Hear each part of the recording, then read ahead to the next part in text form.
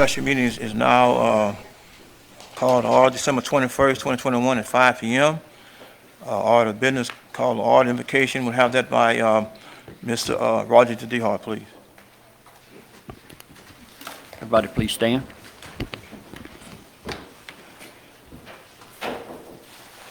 Lord, be with us during this meeting. In dealing with the agenda at hand, may we treat each other's opinion with respect. May this meeting be for us an opportunity to be the servants of the people we represent. We humbly ask this in your name. Amen. Amen. I pledge allegiance to the flag of the United States of America and to the republic for which it stands, one nation, under God, indivisible, with liberty and justice for all. All right. Thank you, Mr. DeHart. At this particular time, we have roll call. Mr. Michael Lagarde. Here. Mr. Gregory Harding. Here. Mr. Matthew Ford. Here. Mrs. Debbie Benoit. Here. Mrs. Stacy Solé. Here. Mr. Clyde Hamner. Here. Mr. Roger Dale DeHart. Here. Dr. Maybelle Trahan. Here. And Mr. Dave Vauzan. Here. Mr. President, you have a quorum. Thank you, ma'am. At this particular time, we have Mr. Martin, Superintendent, would like to have a 2-minute, 2-3-minute comment. Ladies and gentlemen of the board, just a couple of minutes of this is not a typical board meeting, obviously. Tonight, you will not be making any decisions. You will be listening and learning. There will be 7 presentations from vendors who are going to serve, would like to serve as our project managers. Obviously, our parish is going to have extensive construction projects going on for quite some time. The results of that, when you score this, which I'm asking that you not score it tonight, listen tonight, but you have been given all of their packets in combination from what you hear tonight and their packets they have put together and their response to our RFP. And you've been giving score sheets on that to tabulate. We will ask that you return those to us on January 3rd. And be sure that some obvious things, that the firm that you rate the highest, be sure that firm has the most points. Because what we will do is for each board member, the firm that is rated the highest by that board member will receive 3 points. The firm that is rated second highest will receive 2 points, and the third will receive 1. Then we will tally that by 9, and the one that has the most points, that's the selection that the board has made on their sheets. Now, obviously, when it goes to the board meeting, will be for your information to serve as guidance, not a mandate. The board still has to select 1 or 2. I guess what I'm saying, those results that tally doesn't make it official until the board says this is who we're picking. So I just wanted to give you that slight bit of guidance. Tonight we're going to have 15-minute presentations and then 5 minutes for any clarifications on the presentation. It will not be going back into the packets they've prepared because the packets are 20, 30 pages long. That could take on 2 or 3 hours. If there's any point in the presentation, there'll be 5 minutes to clarify that. We clear? Yes. Thank you, Mr. President. I have a question before we start, if I may. Yeah. Mr. Martin, I appreciate the explanation, and it raises only one question, and I have no idea. I've read through a bunch of this. If right now, how we score, just like you said, let's just say, for example, I'm just using an example, the magnitude of work, will the board determine if it's going to be, and I'm using an example, 1, 2, 3, or whatever? I'm just saying, the board's going to make a decision on that, or is staff going to make a recommendation how many to choose? I'm going to recommend that the board choose a minimum of 2. Minimum Now, of the 2. board can choose 10 if they want to. No. I'm not, I'm just saying, that's certainly a board prerogative, but my recommendation is that we choose 2. Yes, because And I will make that recommendation at the board meeting. serving on the committee that Mr. Harding presented, the process I started with, I'm just saying it could be 2 or 3 in my book, but that's just my opinion. Until we get to all of the tabulation and everybody has Sure, input Mr. on Deal. it, Sure. it may be just 2. It may. Obviously, that is a prerogative. Yes. The board could say, no, we're picking 1. My recommendation would do Well. 2, but that's something that the board has the prerogative to select as many or few as they want. But I hope I answered your question, Mr. DeHart. Yes, sir, you did, and I just want to be very open-minded to each and every one of my fellow board members to where We got so much of work, and I'm so glad this process is starting. This is a new experience for me, and I know it's a new experience for y'all. So it's very important we get this thing on track. Thank you. It is, and you know, every school in Terrebonne Parish, with the exception of Gibson, needs repairs. Just let that sink in for a minute. Every school in Terrebonne Parish is in need of repair except of Gibson. Some are dramatic, and some have issues that can be fixed fairly easily, but every school has some level of repair, with the exception of Gibson, which was the most northern, western school in the parish. It escaped the wrath of Ida. Anything else, Mr. DeHart? You good? I'm good, sir. Thank you, Okay, sir. all right. Ms. Benoit? Yeah, just, you kind of answered that in that I'm wondering how many projects are we talking about? Are we talking about 40? Like Yes, ma'am. all the schools? Maybe more than that, because we will probably subdivide some of those projects, and one project would probably be athletic facilities, separate and apart, because you got baseball fields, soccer fields, tennis courts, you know, that all had significant damage. So, you know, but those are things we will rely on the project manager to give us some direction and guidance on the best way to make those subdivisions as well. So just a second question, then these estimates that they have provided us, it's based on hours. We don't know how many hours. We don't know. And so, yeah, they would have to, then whoever gets the project would have to then determine how many hours that would be, and then come back to us? I don't know how, If the board selects two project managers, we would obviously try to divide the work equally, what we feel is an approximate, you know, like one would probably get, and I'm just using this example, one would probably get South Terrebonne, one would probably get Ellender, comparable. One would get Grand Kai Elementary, one would get Upper Little Kai, comparable. And do that all the way down to all schools to where there is, you never get a subdivision exactly correct, but so that there is some comparability in the assignment of the work. I will say this, on an RFP, it's a request for proposal. Prices are negotiable. You know, it's not like a bid. That you can work with the vendor on pricing. You can work with them on anything for that matter. It's an RFP. It's a request for a proposal, and they can be modified. It's legal to do that. It's a little different than a bid. A bid, you're locked in. When you get it, it's over. So this is a little different. And it's a request for a proposal. It's a service. right. Okay. Ms. My question's very simple. Who's the keeper of time? Is that going to be you, Dr. Crum? The doctor will have it. She's going to start it. Just to make sure. She'll make sure, she'll start it. And we got to start in 2 minutes if we're going to Okay. start on time. Mr. McDonald. I just got one question. We gonna make a decision which job they get, right?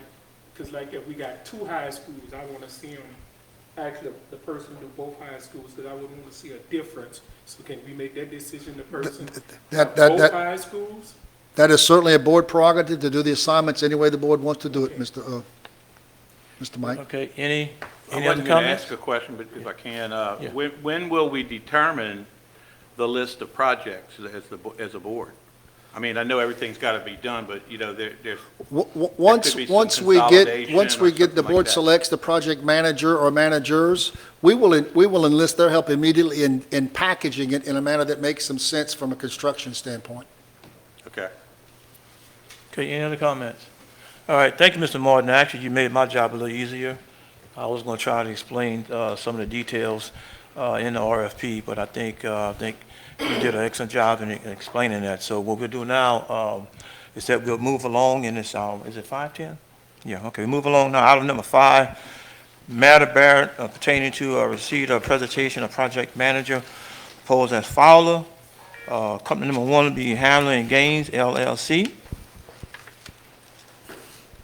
Could you please state your name, your address, and of course, we already know that you would Hamlin Gaines. Thank you for coming. Yes, Hammerman and Gaynor, Mr. President. Is it possible for me to close this? Is this okay? Just want to lay my notes Yes, here. I guess, yes, it is. So my name is Larry Oney, and I'm chairman of the board of Hammerman and Gaynor. Good evening to you, Mr. President, and to the other board members of the Terrebonne School District, and to the superintendent, Mr. Martin. Thank you for giving us an opportunity to come before you to present our credentials, our experience, and really in this 15 minutes, we hope we can let you know a little bit about who we are. You've got our proposal there. We want to state to you clearly that we understand that you're looking for a comprehensive recovery plan in the aftermath of Hurricane Ida for your school district to reset the infrastructure of your school district. We get it.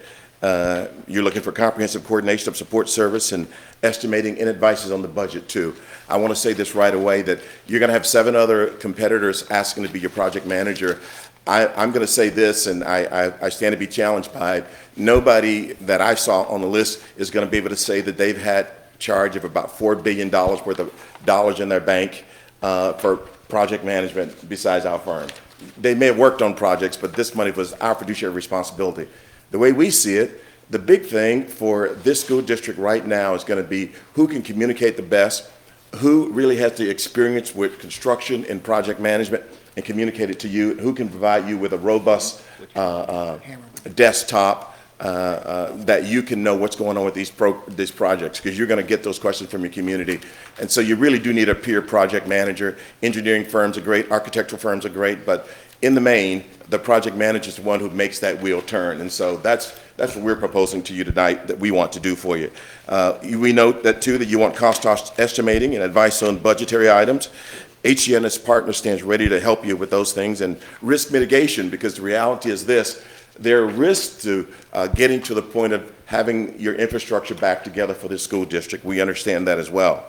We understand also the critical path for the selected project manager has to give you or your staff or your designated team members a way that you can know, so you can talk to your constituents about where are we with this school or that school. That's important. A project manager knows how to do those things and communicate that. We're a peer project management firm. We understand that you have hired or will hire a FEMA consultant. That's really the name of the game, because we know that you don't have an exhaustive amount of money. This recovery is going to take a lot of it. There's a lot of competition for federal dollars. But as far as your project manager, they're going to have to coordinate with your FEMA consultant to coordinate their efforts, because the documentation is the game. I want to just bring your attention to this. Xavier University, in some years past, had a major recovery, and they didn't do the work, the coordination between the contractor and the FEMA consultant, and so now they got a clawback for several $1 million. It's important that whoever your project manager is understands that the end game is to maximize the amount that the school district can recover from the FEMA reimbursement. We understand that. I'm going to give you a little bit of our credentials as we go forward. Also, the reality of this recovery is going to be hard and it's going to be long. So the communication to you by your project manager so you can communicate with your constituency is going to be a big deal. We have been in lots of federal projects, and I'll give you some of those as we go forward, and keeping my time straight here, that the documentation on the federal level when you're working with federal dollars is much greater than you're going to want to see, because they want to see everything detail. From your standpoint, the project manager here has got to make sure that all of the RFPs that goes out for work with the contractors, engineers, and architects is done in such a way that you can get the reimbursement from FEMA. That really is the game. So you really need a great project manager who can communicate, who knows your community and knows you and knows a board. So you're really looking for a partner that's the right size. And I'll just say to you, I'm not picking on them. They're not one of the 7 that are proposed for you. AECOM, which is a $1.6 billion company, they were the ones that were the project manager for Xavier. And now they're getting Xavier's getting clawed back. The biggest is not always the best. I'm not saying this because we're not one of the biggest. I'll get to some of our finances, but it's very important to get the right partner that fits your community and what you're doing here. That's the position that we come from. Our staff, our combined staff, we have a great partner that's with us. They've been involved with 29 schools and universities as well, so they're familiar with this environment, and we are as well. I want to give you a little information about our firm now, because really, I think this 15 minutes now, probably about 10 minutes, is about your partner. Who's going to be your partner, your project manager or managers in this situation? We think that we'd be a good fit to you. My family's owned this business for 25 years. We didn't start yesterday. This is not a front. We're the largest African-American owned third-party administration firm and the largest with project management experience in the state of Louisiana. I will give you later some of the contracts that we've held through the State Office of Disaster Recovery Unit. They're substantial. We have the credentials to do the work here, and we hope we'll get an opportunity to do it for you. As I said, we worked on Superstorm Sandy in New Jersey, which was the second largest storm, and now it may be the third or fourth. Katrina was the biggest. We closed out that program, and this is the one I was pointing to as far as our financial responsibility, understanding about how you budget, because they make you do the budget. The state makes us do the budget. They adopt it within the disaster recovery unit, but we're the ones actually doing the budget. $4 billion came into our account. No money is listened. Katrina is over. It's tied up. Our firm, HGI, it's in the record. You can research that. We did that. We closed it out. I'm going to go over some of the contracts we held with them so you can see the breadth of our experience. We live, I'm 45 minutes away from your doorstep. Our corporate office is in Kenner, Louisiana. I'm very much involved in this community here. We currently have a $40 million construction management contract with the state of Louisiana, overseeing construction management. That's not in the past, that's right now. There's two companies. We were selected for the construction management and the oversight there. We're coming toward the end of that contract. We got about another 9 months to go there. The team we're proposing will not be the team that we're proposing to you to do this. We also have a public assistance contract with the state doing a project worksheet oversight for parishes who want to get a match from the state of federal money. If FEMA gives so much, they want to get the match from the state. These are for the project worksheet, that's the mechanism that you use to get your reimbursement from FEMA. Your FEMA consultant will surely know exactly what I'm talking about there. We have an office in Alexandria, one in Shreveport, in New Orleans. We also have an office in Kenner, our corporate office, and for 20 years we've had people in the state of Texas working over there on a project in Austin, Texas. We have 10 years of audited financials. For those who know something about finances, most companies have a reviewed statement. Ours is audited. The difference is when you have an audited financial statement, it's what a third-party CPA says is there, not what you say is there. So for 10 years now, more than 10 years, we've had our financial station audit. And for a company that's under $25 million, most companies don't do that. If you take a little poll, maybe some of the publicly traded ones, hey, do you have an audited financial or reviewed? Audited means that what's there is real. We have that, and we have been committed to that because I think financial responsibility is a big deal. When we say something to you from a fiduciary standpoint, you would want to be able to trust us and also trust that we have the financial capability that we said. We have a $10 million line of credit that's unencumbered. A lot of people say, well, we have $20 million line of credit. Well, how much is unencumbered? How much is left on your mortgage is another way to look at it. Well, we got 20 million, but only $1 million is available. Our full 10 million. We have no debt in our company. So we have the ability to maneuver and to provide the resources as your project manager or one of your project managers, however you see fit to go forward. Our top line revenue is $24 million from last year. We'll be right over 25 million this year. So we're a company that's been around. As I said, we're 93 years old. My family's had the company, the business for 26, almost 26 years.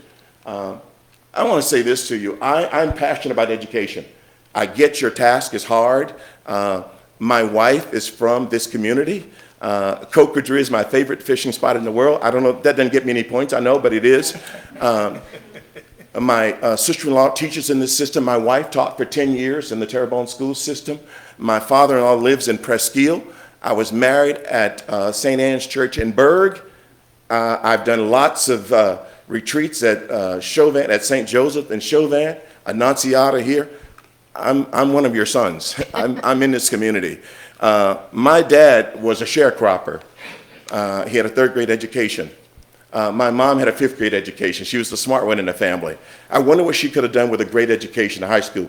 I understand that this community needs to have this recovery done right, quickly, but also to recover all of the money. You've got an unusual situation in your school district, and you know that. About 27% of your students are African American, underserved communities. Another 7 or 8% are Native Americans, and you've got a growing Hispanic student population. It comes with its own set of problems. We're well aware of that. So the speed in which you do this recovery is going to have an impact. 5 minutes. Somebody is speeding up the clock on me here, but we're just saying we'll cut to the quick. Bottom line is, I'm proud to be connected with this community. We are here. We often here. We just did an outreach across town on Acock Street because we know that the community is suffering. And just this Saturday, we were down in Pointe-au-Tremont in the Montague area doing a distribution of food. Not because anybody told us to. This is what we do. We've also done distribution in Kenner and over in LaPlace where there was great flooding. But we love this community. And my wife also said, when are you going to do something in this community? Because she's from this community. We're here. We want to partner with you. We think we have a good sizing for you. I want to quickly go over some of the projects that we've been involved in. This is from the State Office of Disaster Recovery. And this is documented. You can verify. We had a contract for $67 million. The description of the services is 100% federal HUD and FEMA funds, hourly rates and unit prices per schedule for the RFP that was competitively bid. The overall performance, and the state doesn't usually give this. We asked them to give us their rating. This is one contract that we had. Were there any weak points that hindered the delivery of the product? No. Strong points, excellent management skills. Would you hire this firm again? Yes. We also had an $83,300 contract with the state. This one, administering the Road Home program, taken over from ICF Emergency Management. I know a lot of people love people from out of town. They think that, but it must be smarter because they're from out of town. No, Louisiana companies can do the job. We know how to help one another. We understand the weather patterns. We understand the issues that we have. You're going to have some supply chain issues. You're going to have lots of issues. We're already experiencing it with people that are recovering here. I think it's a good thing. We think that HGI, we probably won't be the biggest firm that you'll get, but we're not the smallest either, probably. We have real resources. We've had real responsibility. I already told you, $4 billion have gone to our bank. We're a fiduciary. We're also project managers. We've got several people with Six Sigma. That's some of the highest designation of project management. These are not hired guns. These are our employees. Some of them have been with us 10, 15 years. We have some people who've been with the company over 25 years. My secretary, our corporate officer over administration has been with me 22 years. I think that's a commitment showing that we got staying power. We're around. We're not a fly-by-night. I'm an ordained deacon in the Catholic Church. That doesn't get me anything. And I'm used to with time because we only preach about 3-4 minutes, so I'm used to going short, so it's no big deal. I probably got about a minute to go. Let me say this in my last minute. We believe that HGI has the professionalism, the resources, and the commitment, and the right size of partner that you need. We'd like to be your project manager. We'd like to partner with you. It's important. I know it's important to you. We are with you in your commitment. We can deliver for you. I'll have to say this. Probably every one of the 7 firms that you're going to look at this evening can probably do it. None of them will match our passion and our commitment to this community that we have. It's real. My family's in this community. I own property in this community. And not just yet last week, long-standing member. We want to be your partner, want to be your project manager, and we got the credentials, the resources, and the passion to do it for you. We pray that you'll give us an opportunity to do so. Thank you. Thank you, sir. Thank you, sir. Actually, you had a minute and a half left. Well, let me preach on then. No, that's fine. Yes, I'm good. You good? Okay. Thank you again for that presentation, and glad you was able to come down and make the presentation. Now, this particular time, what we'll do is that if any board member, we'll start with Mr. Hamler, and we'll work our way around the table if you have any questions that you would like to ask this gentleman, sir. Are any of the position titles listed in your proposal new to the organization? Well, could you be more specific? Because I'm not looking at it. If you would. Well, you have a number of positions that are in here that, and you talked about the experience that most of them, will any of them be new, less than a year, as far as those assigned in any position? Okay. You're talking about the rates that we put down in the descriptions of who would do what? Is that what you're saying? Well, for lack of a better way to put it, yeah, I guess you're right. No. Those are things that we're doing now. Are you talking about the people, or are you talking people about the that will position? actually be working in Terrebonne Parish School System on projects that that are assigned to Hammerstein and Gagne. Well, we will probably supplement that depending on what you decide that we're going to do. That's, as your superintendent said, it's an RFP, so that's subject to negotiations depending on what you decide. We may have to, you may want us to, for example, accounting service is not listed down there. But we know from my experience that when a school district and other public entities, particularly school district, you don't have a huge accounting staff. So if you want to supplement that, if you do it strategically, you can probably get reimbursed from FEMA to do that during the peak construction time, because you're going to have a lot coming at you. So that's something that's not in here, but we certainly can provide those services. That's an example right there of something not there that could be there depending on what you want. Okay, Mr. Hamlin? Ms. Benoit? Yes, thank you, Mr. President. So, Mr. Oni, you have the kindness of one of our board members. She's provided us with a spreadsheet of all the various vendors that we're going to be talking to. Yes, ma'am. And I see here, and maybe it was not the intent, but under principal engineer or the immediate contact person that we would be dealing with, there was no cost for that individual I'm not reference. precisely sure what you're speaking about, Well, Ms. Benoit, I'm sorry. Most of the other companies gave us a principal engineer, someone, I guess that would be the overseer of the whole project and work with the other personnel that are involved in it. But we didn't see a general contract or general, whatever you call it, but most people called it principal engineer. That's because most of the focus on engineering. But for this board, your focus, engineering is a component of what you need, but the project manager has to look wide, not just at engineering. I alluded to that earlier. The architect is important, the engineering is important, but for the board and looking at your costs, the project manager is looking here, and engineer is looking specifically at the engineering that's going to be involved. And that is a fine distinction, and you picked that up. Most people would not get that.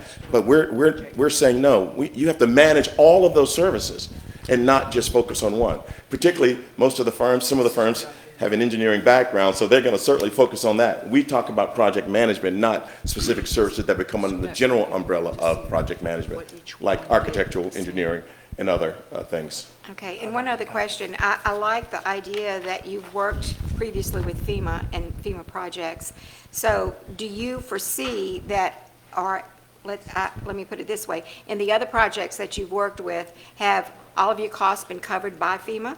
Well, it's not our cost, it's reimbursement of your costs for you to recover those. Right. And I can't say that all of them, because FEMA is much tougher than it used to be. The responsibility for the FEMA recovery is going to be on your FEMA contractor, your consultant that you have hired. I don't know if you've hired, it's them. But the key to the recovery is to make sure that your project manager is collecting the information to feed to the FEMA consultant, because that's the key. He can't reproduce, or she can't reproduce the information themselves. It's good to get it along the way. I think that's a distinction that we have. We're used to detailed documentation because of our experience with dealing with federal funds.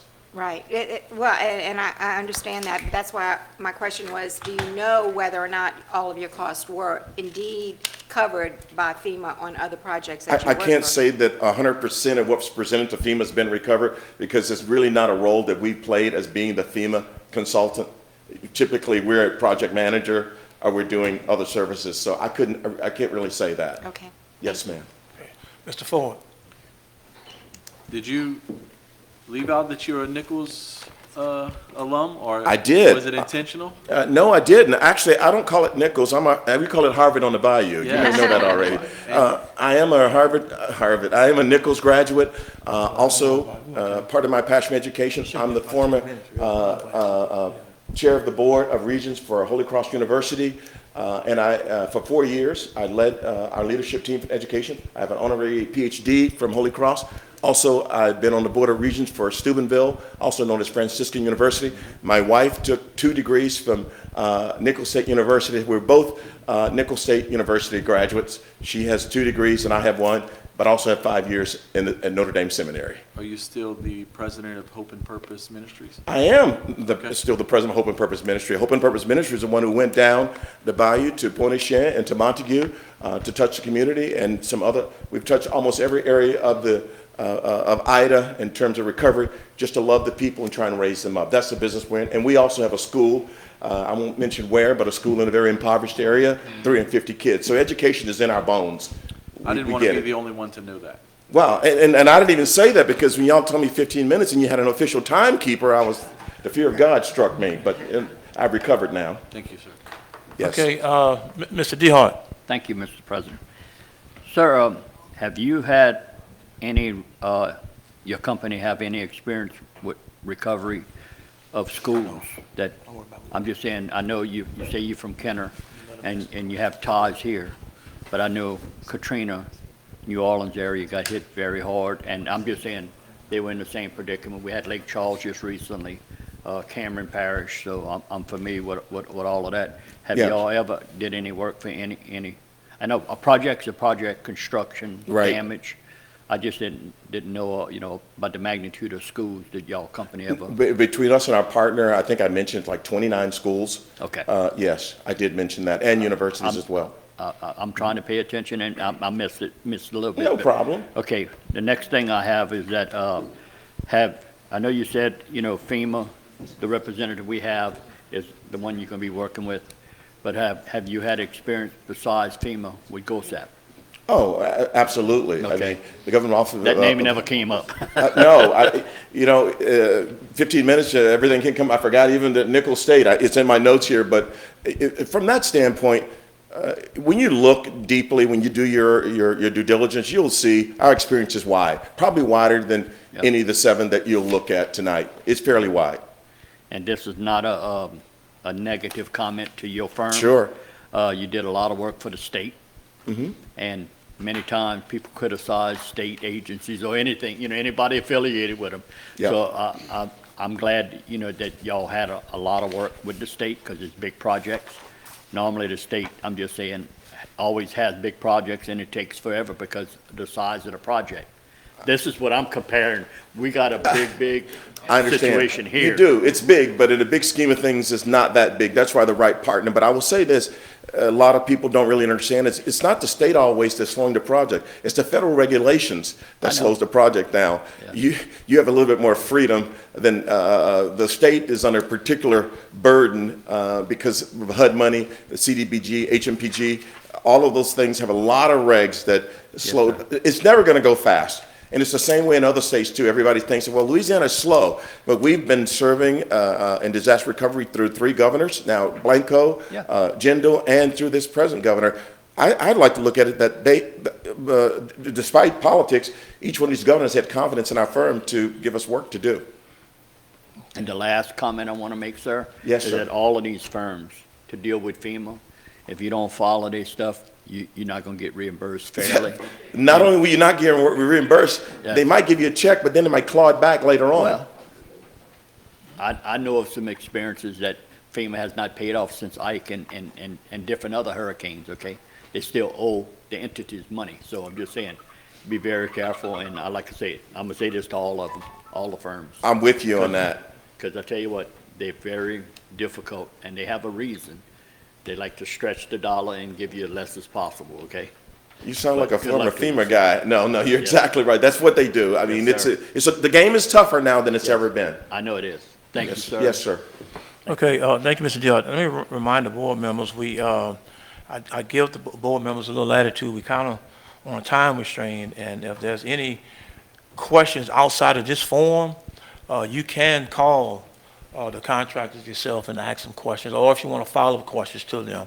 So we're trying to keep it down to the minimum as possibly can, but very good questions. I mean, very informal. I'm a Nickel State person myself, so I'm glad to know that also. too. Congratulations. Dr. Traherne. Good evening. Yes, And ma'am. glad to know you and that you have so many roots in our parish. Yes. I'm not far from Cocodrie myself in my home. The only question I had, they pretty much asked what I had in mind. Yes, ma'am. But when I reviewed your packet, I was not able to find a sole point of contact. Would that be you? Well, Sir? it depends on how you structure. If, I tell you, if this board wants me to come before it to give an update, it won't be me. I'm not a project manager. But I tell you, I'm the chairman of the board, and all of the shares reside with our board, and I am the board. I have a board of one. I have to remind my son, who's president, that the shares, I am the sole shareholder son, not you. But you have this board, but I have one board member, that's me. But we have other professionals in our organization.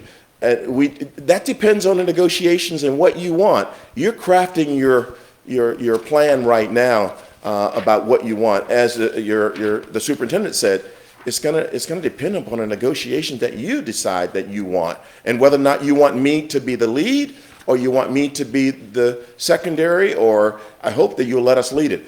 Project management is different than what engineers and what architects do. It's totally different. Yes, can they do it? Yes, but that's our principal business. Thank you. Yes, ma'am. Mr. Lagarde. Yes, I was looking over your packet and I did some research on all the business, and I was glad to see that you have local roots and you're gonna be here when this is over. When I'm from this, and Doc did make a chart. Now, as a engineering student from Louisiana Tech, I knew engineering is just a little part of it. We need project managers who know the whole thing, you know, and I think a lot of people get an architect mixed up with engineering.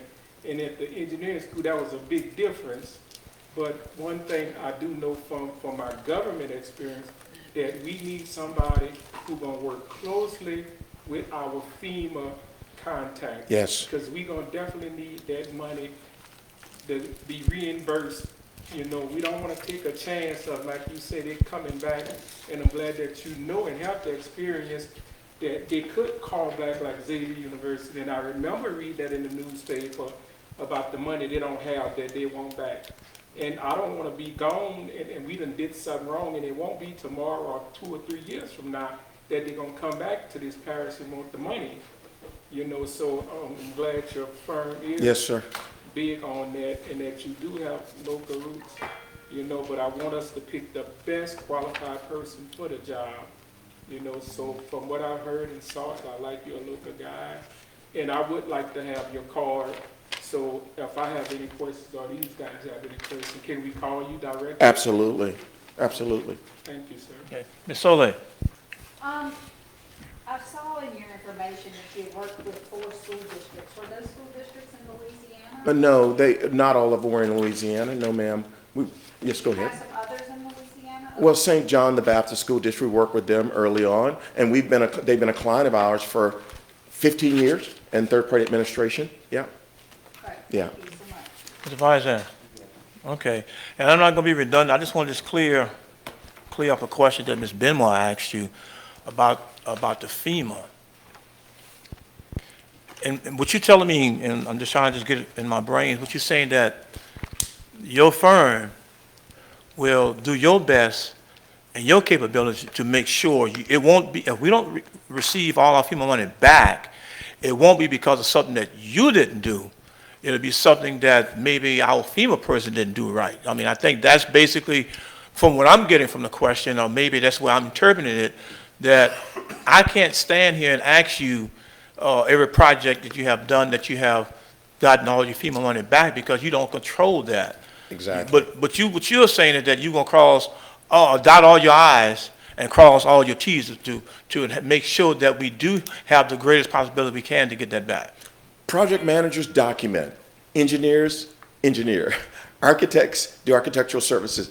Project managers should be over here. That's why I'll give kudos to your superintendent and his staff.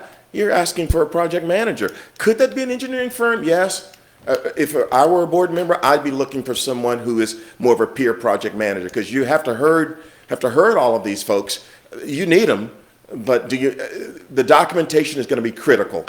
And we're in the documentation business. We're the third-party administrator. We have been doing the tax appeals for the city of New Orleans for 10 years. Nobody lasts that long doing the tax appeals. So all of the property you see in the French Quarter, all of the big hotels clamoring to make sure that their tax bills are right, the appeal process, we manage the process. We have to know about details. That's what we've done for 93 years. This is Okay. what this company is all about. And the last question is, it's a possibility that we may pick two, we may pick one.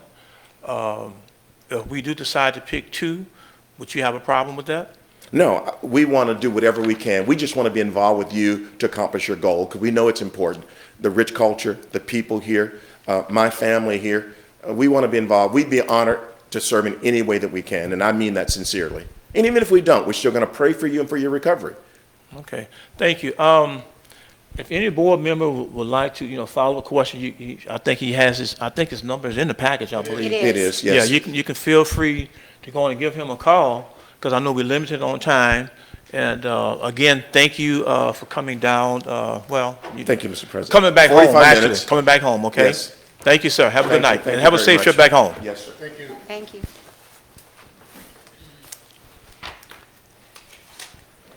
Is somebody getting another guy out? Oh, okay. Take away the 10 minutes for the stuff we did at the beginning. He was on like the 35 minutes. We're going to ask some questions. We're gonna try to keep it. What she said? Good. I'd rather hear more than not. Because actually, he said some things that I didn't know. I didn't know his wife from here. I didn't know he went to Nichols. I didn't know those things. Good afternoon, gentlemen. Okay, company number 2. Yeah, what you got? You got anything, Mike? Okay. Okay, company number 2 will be SRD Disaster Recovery Management. You have a 15-minute presentation, and then after that, each board member will get an opportunity to question the presenter. Okay, who's going to do the presentation? Could you state your name, address for the record, sir? Thank you. Taylor Gravois, address is 8555 United Plaza, Baton Rouge, Louisiana, with CSRS. So, I'm going to need some help. There you go. Okay. Get the PowerPoint up. We'll let you know your time won't start until you start speaking. Okay. Thank you. Because I was not prepared to run the PowerPoint. Okay. Okay, watch out now, I'm getting ready to push it. That's the time person right there. If you can talk backwards, she'll count the time backwards.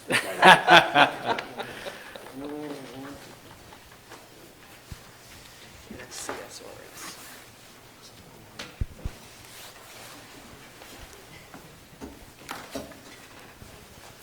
Okay, so, all right. So before we get started and we introduce the team, I just want to thank each and every one of you for the opportunity to present our team and our approach to you. You are all here tonight because you are all leaders in your community and you care about the education system for your community. So thank you for your leadership in advance, and thank you for your time to listen to our presentation. We understand that disasters are tremendously disruptive, and Hurricane Ida, as you all know, and as you all lived through firsthand, has been the most devastating storm to hit this area since perhaps Hurricane Andrew or even prior to that. So I do want to acknowledge that it is a tremendously devastating event. And while that is tragic, you do have the opportunity to build back much better, much stronger, much more resilient, and have a better system to educate the next generation of students in Terrebonne Parish. So again, my name is Taylor Gravois. I'm a principal with CSRS. I've been in this business for over 21 years, and all of my experience has been with CSRS. So along with us tonight, we have All South Consulting, which is our partner. And we've assembled a team and an approach that will allow Terrebonne, we believe, to achieve the best and most comprehensive recovery possible. Our firm has been in business since 1978. We are a Louisiana-based firm. Program and project management is one of our core competencies. Specific to school systems, we have managed over $4.5 billion in disaster recovery for school systems, or over 8 school systems across Louisiana. and many disasters ranging from Hurricane Katrina in 2005 and as recent as Laura and Ida here in 2020 and 2021.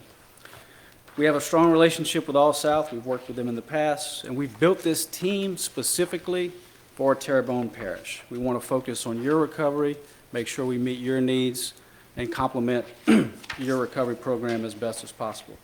Here tonight, we have Todd Mann with CSRS. He is going to be assigned as the program manager. He's going to be responsible for the day-to-day operations and executing the recovery process.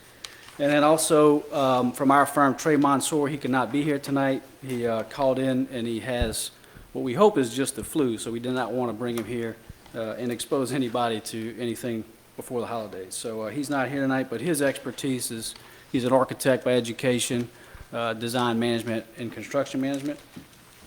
And from All South, we have Jared Bauer.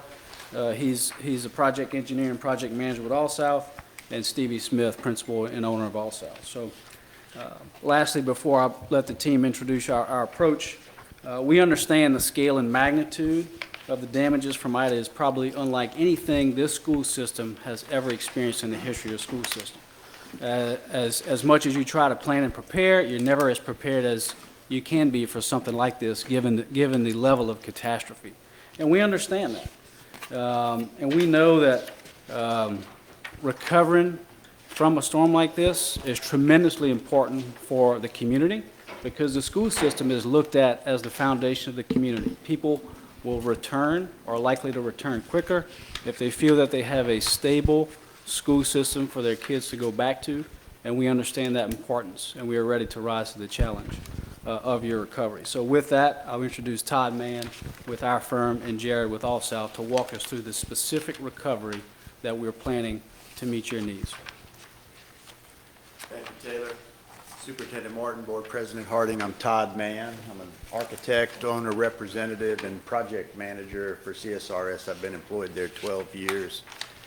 First off, we're very sorry for your loss in Hurricane Ida, and we're very appreciative of the opportunity to possibly help you recover. As you know from reading our proposal, our strategy, we have 3 strategies. One is scalable resources.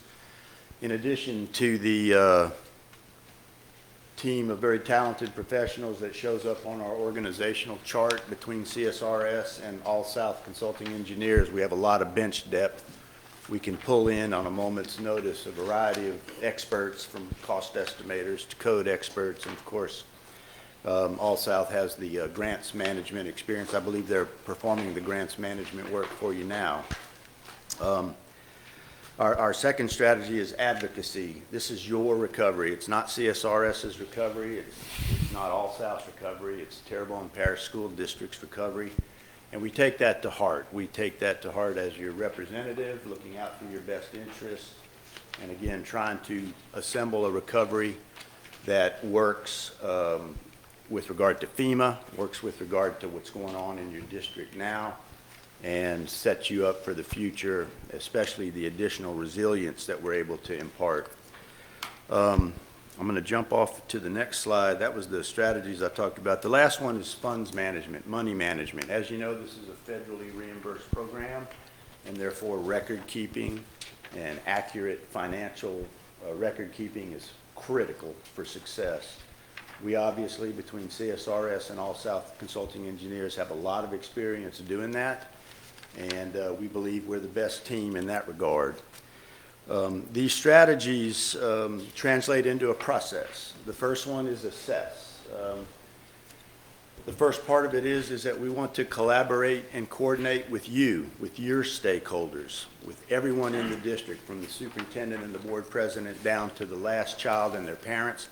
I want to understand the motivators, the desires, the priorities, and we will define our efforts based on that input. We intend to collaborate and coordinate very closely with your grants manager, All South Consulting. We have a good relationship with them. We've worked in the past with them. Jarrett and I specifically have been on a program together. Again, all of this is intended to bring your interest, your priorities to the forefront and then execute.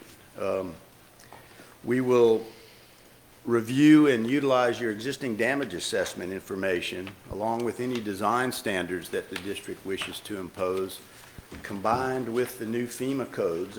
You may be familiar with the FEMA consensus-based code standards and specifications that impart resilience. We have a lot of experience enforcing those particular codes with your architects. Out of that assessment comes an engagement. Obviously, we need to collaborate and coordinate very closely with your stakeholders, the parties that you identify as being critical, the decision makers, whether it be this board or others. We will coordinate and collaborate very closely with your stakeholders to make sure that we understand your priorities and your needs and goals. We will impart that improved resilience based on the compliance with the new FEMA codes and any other opportunities that we have to impart resilience to the rebuild so that the next storm, maybe we won't have as many damaged campuses.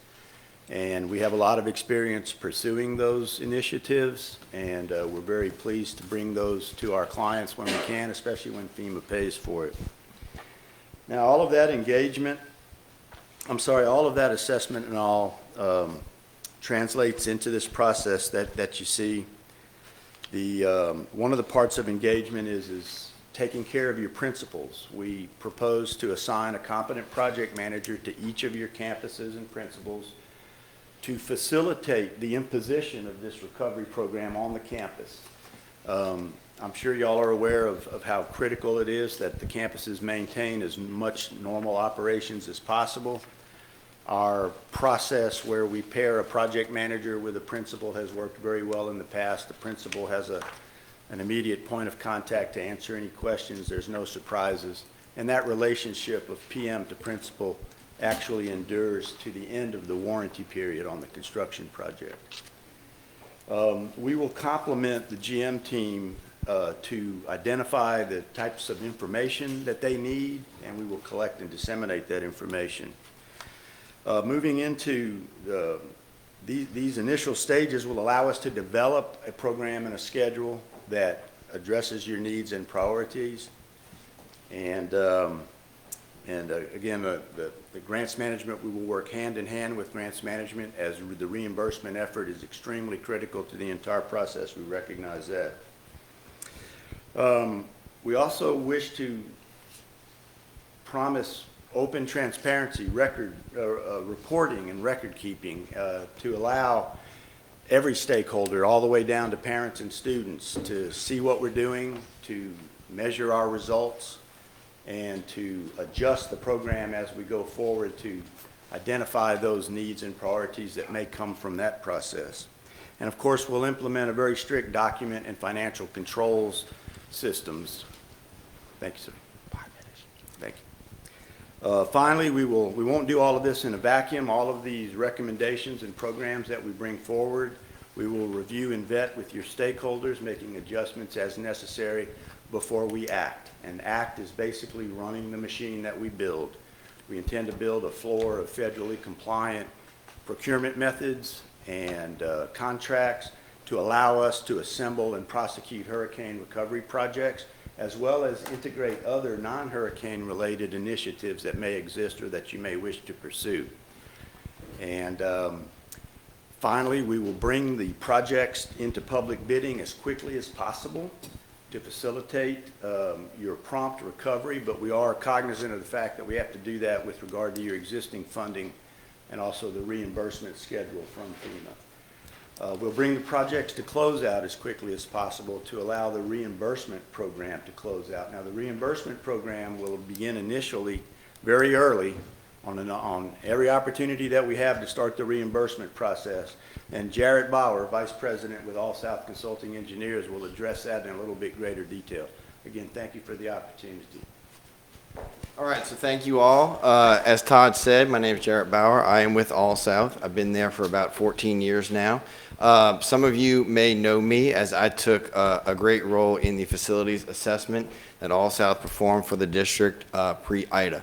So I am here to very briefly talk to you about the relationship between the grant and the project management.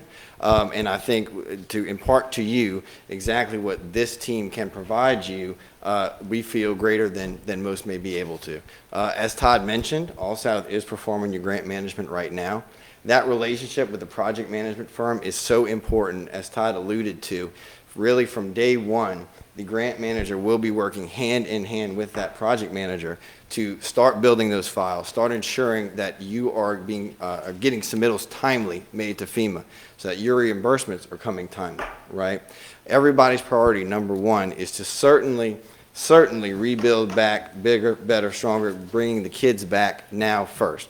Priority 1A is how we're going to pay for it, right? That is the relationship that CSRS and All South team offer to you. As Todd mentioned, we have worked together many times in the past. I would jump at the opportunity to collaborate with them again. That opportunity and that fervor is what we hope to bring to you all. We know recovery is a necessary evil. We know this is not a pleasant experience being in this position. But what we believe we can offer through the systematic steps that CSRS has laid out is at least an opportunity for you all to see the light at the end of the tunnel and to make that a more pleasurable experience as we walk forward. So listen, with that, I'll wrap up and I will turn that over to Mr. Terry Bravois to close us out. Thank you, You have 2 Jared. minutes left, sir. Thank you. Thank you, Jared, and thank you, Todd. And again, thank you all for this opportunity. We believe we assembled the best team to focus on your recovery. And we do want to acknowledge, we understand this is a monumental moment for Terrebonne. It's a watershed moment in the history of your district. You probably have not gotten hit with a disaster of this magnitude, and we understand that. And as tragic as that is, there is an opportunity to emerge much better for the future, and we're prepared to do that. As I mentioned earlier, we understand schools are a large foundation and part of the community. And to come out of this with an effective recovery, develop a plan, communicate that plan, gives all the citizens in Terrebonne Parish the confidence to come back, come home, rebuild, and be part of the community so it can thrive again. We understand that. So in closing, and as you cast your votes tonight, here are the things that we'd like you to remember on why choose CSRS. We have 40 years of experience specifically in Louisiana with core competencies in project and program management. We've delivered multi-year, multi-million-dollar programs for many government entities, not just school boards. Managing the overall program requires expertise in design, planning, construction, federal reimbursement, and we feel we have all of the necessary components to do that successfully for you. Again, the numbers I'll throw out there is $4.5 billion of disaster recovery, over 8 school systems since 2005, and we've delivered for our clients time and time again after each and every disaster. Our depth of staff is over 200 professionals between CSRS and All South. We can scale to a team that is right-sized for Terrebonne Parish. We're going to come in here and assess your needs. We'll assign project managers to principals that have some of the most substantially damaged facilities, and that's how we're going to deliver for you. Thank you for the opportunity. We ask for your vote tonight. And we're excited to get started upon a successful award. So with that, I'll take any questions that you guys may have. Thank you, sir. At this particular time, we're going to start on the left, work our way around for our questions. And please remember that if you got any questions outside of the scope of this issue, we can always, we have the information, the number that we can give them a call and ask us for a limited of time. So who exactly is the point of contact? That would be you or Mr. Todd? So I am what we consider the principal in charge. I'm going to be the primary point of contact for contract authority, executive leadership, things like that. The day-to-day operations will be led by Todd Mann. He's going to be the program director. He is going to be responsible for moving the ball down the field on every single project, managing the project managers, and making sure that we meet the goals that we set out to achieve. It's accountability, it's responsibility, and operational excellence with Todd. And where does, I mean, not to get too personal, but where do you live? I reside in Baton Rouge. Baton Rouge, okay, so you'd be available if we call and you're here? I will be where you need me, when you need me. Okay. All right, thank you. Ms. Soleil. Mr.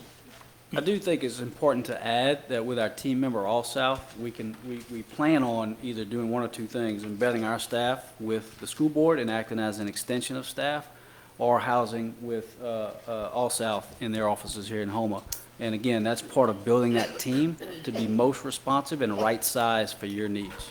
Okay. Mr. Lagarde? Okay, so y'all will be transparent, so you would be our contact that would come to us monthly, but the gentleman there will be the day-to-day operations, right?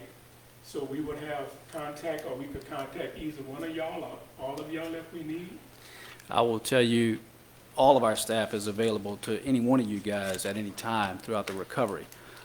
We've developed reporting and communications plans that meet your needs, and the way I would say we could approach this one is there will be a monthly report at the board meeting.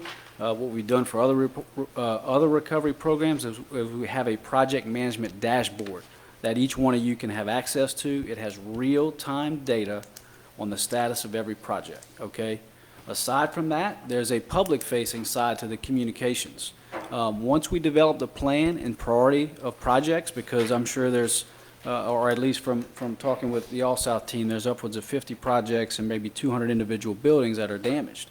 Well, once we prioritize that and match the project management with the cash flows, we can plan out the construction and the progress for each campus and each building. And communicating that in a way to where the parents and the citizens of Terrebonne Parish are confident when they can rebuild, put their kids back in school, that's what we want for you guys, because I think that puts you in the best position to succeed, not only as a school board, but as a part of the community. Who is the person who will be in charge of the FEMA part, the FEMA, making sure everything is correct with FEMA? Who would handle that for y'all? So I'm pretty sure that's part of All South's existing scope of work. They have been on the ground since the storm, managing the FEMA reimbursements, the grants management piece. And when you look at the cash flows coming in from FEMA, FEMA's going to look at the damage assessments, agree to it, obligate the money. The money's going to be available for you guys to spend down. And the symbiotic relationship between CSRS and All South is going to allow us to plan those projects in conjunction with the cash flows. The FEMA PA program is a reimbursement program, okay? That means you guys have to spend your money first. You can only do that with the confidence to know that that money is very close to being reimbursed and put back in your account. So that's the advantage of the CSRS and All South consulting team. These guys are your grants management consultant. They have been on the ground doing that for the last 3 months since the storm. Okay, this is my last question. I see y'all have a lot of engineers in the firm. And the first problem, I was always taught that, I thought the Louisiana Tech engineer program was the best. I don't see no Louisiana Tech people here, That's what I was told, Be wrong, I tell you what, there are how many higher institutions in Louisiana? I think there's no right answer to that question. But just so you know, with our depth of staff, obviously this is a primarily building damage. So there's going to be a lot of architectural project management, but we also bring the engineering expertise, process expertise, and those types of things. And I do know for a fact that we do have some tech grads on staff. So That's a good comeback. Yeah. Just to add to that, All South just hired their first tech grad, so. Okay. So we will be sure to assign him to this project immediately. Dr. Trahan? Well, you mentioned a point that's close to my heart, and that's transparencies to our stakeholders, especially our parents, who are out there very concerned right now about where this district is going for their children. And they are, and I just, if you could expound on how we keep them in the loop and keep them informed. That is a great question. I'm glad you're asking it. And it is one of the most important things in an age of social media, and everybody has access, immediate access, real-time access via their phone in their pocket. So on the recovery programs we're managing, we have a social media coordinator. If that's the primary method of communication, and not to say it's the only method, but a combination of the board meetings, what you put out on social media, making sure everybody is getting the same message, make sure you guys are controlling that message It's a positive message of recovery, rebuilding, timelines. We are going to be accountable for this once you put it out there. It's a very important piece, and it's a piece that gives your constituency, the citizens in Terrebonne, the confidence they need. Everybody, I mean, I have friends and family that are here, and they're all wondering. My little niece, they just went back into school probably less than 2 weeks ago. But it's very important for students and parents because, look, everybody wants Terrebonne to get back to where they were and even thrive after this event. And a school system and a school system that is going to recover and is transparent with their plans, I think is a key thing, not only for the school, but for the community. So, Just one more point. You guys seem to be very spread out and have done a lot of work, have a lot of experience. Do you have enough time and personnel to give Terrebonne everything it needs? that's a great question. In our firm, we have a culture of what we call client centricity, okay? What we do is any client we take on, and you guys are going to be no different, we get in, we understand your goals, and we make your goals our goals. And we have a laser focus on making sure we partner with you to meet those goals. Yes, we do have a lot of offices. We have offices in Dallas, Lake Charles, Baton Rouge, New Orleans, and we are doing a lot of work here. And if you guys do select us, we're probably going to embed, as I said, either in your office or with All South here in Houma. So to that end, and to answer your question, we plan on staffing it. We'll select our staff, right size it for your recovery, and that staff is going to be with you long term for the duration of the program. And that staff will be dedicated to Yes. dispatch.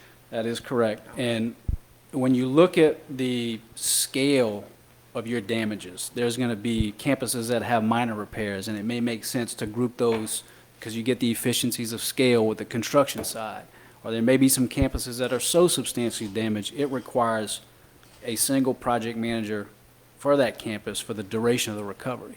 And we have the depth of staff to make sure we staff that, what I call right size. Not too many people, not a shortage of people, but make sure that it's right size for Terrebonne's recovery. Thank you.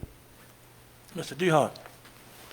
I'm gonna keep my comments very brief this time, and it's not because I get long-winded and I get carried away with things, but I tell you what, I understand the magnitude of these projects.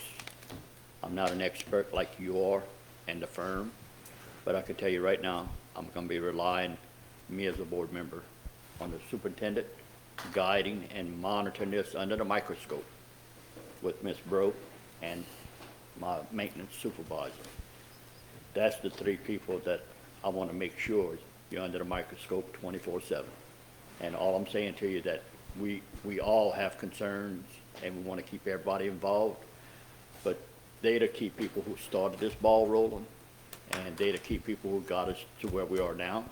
And all I'm saying to you that I hold our finance department, our maintenance department, and our superintendent, that's their duty and responsibility to guide us and give us the right information and to move forward. I really think your firm is very capable of doing this project. I like your presentation, not because of you got some information that maybe some of the other vendors that are applying don't have. And all I'm saying is that's a plus. But I'm trying to get everything done as fast as possible and making sure, again, trying to get reimbursed the most, because I know what we're up against whenever you're dealing with FEMA. Yep. And I hear this every day, so I'm gonna keep my comments to saying that. Thank you, sir. Thank you for those comments. And again, just to respond, part of our strategy is to, again, understand your goals, make them our goals, and build a team, a strategy, and approach to deliver excellence for you in whatever that means. Yeah. But the part of the team that I mentioned is already on the payroll. Yeah. Okay. Understood. Mr. Thank you. Ford, no phone. Ms. Benoit. Yeah, just a quick question. So we already have All South that we've hired to work with FEMA. And then we have Jarrett with, I want to say State Farm or whatever. I'll say. So just some clarity on how do we, we're going to be paying for that for Jared as well with your team, and we're already doing All South. So how does that really So mesh? that's a great question, and to get into the details of the mechanics of how that works, whenever you utilize the FEMA PA program, there is a grants management piece and a project management piece. And by the way, there is an allowance in the PA program to reimburse for grants management and project management. I think it's around 10%, 5% for each service.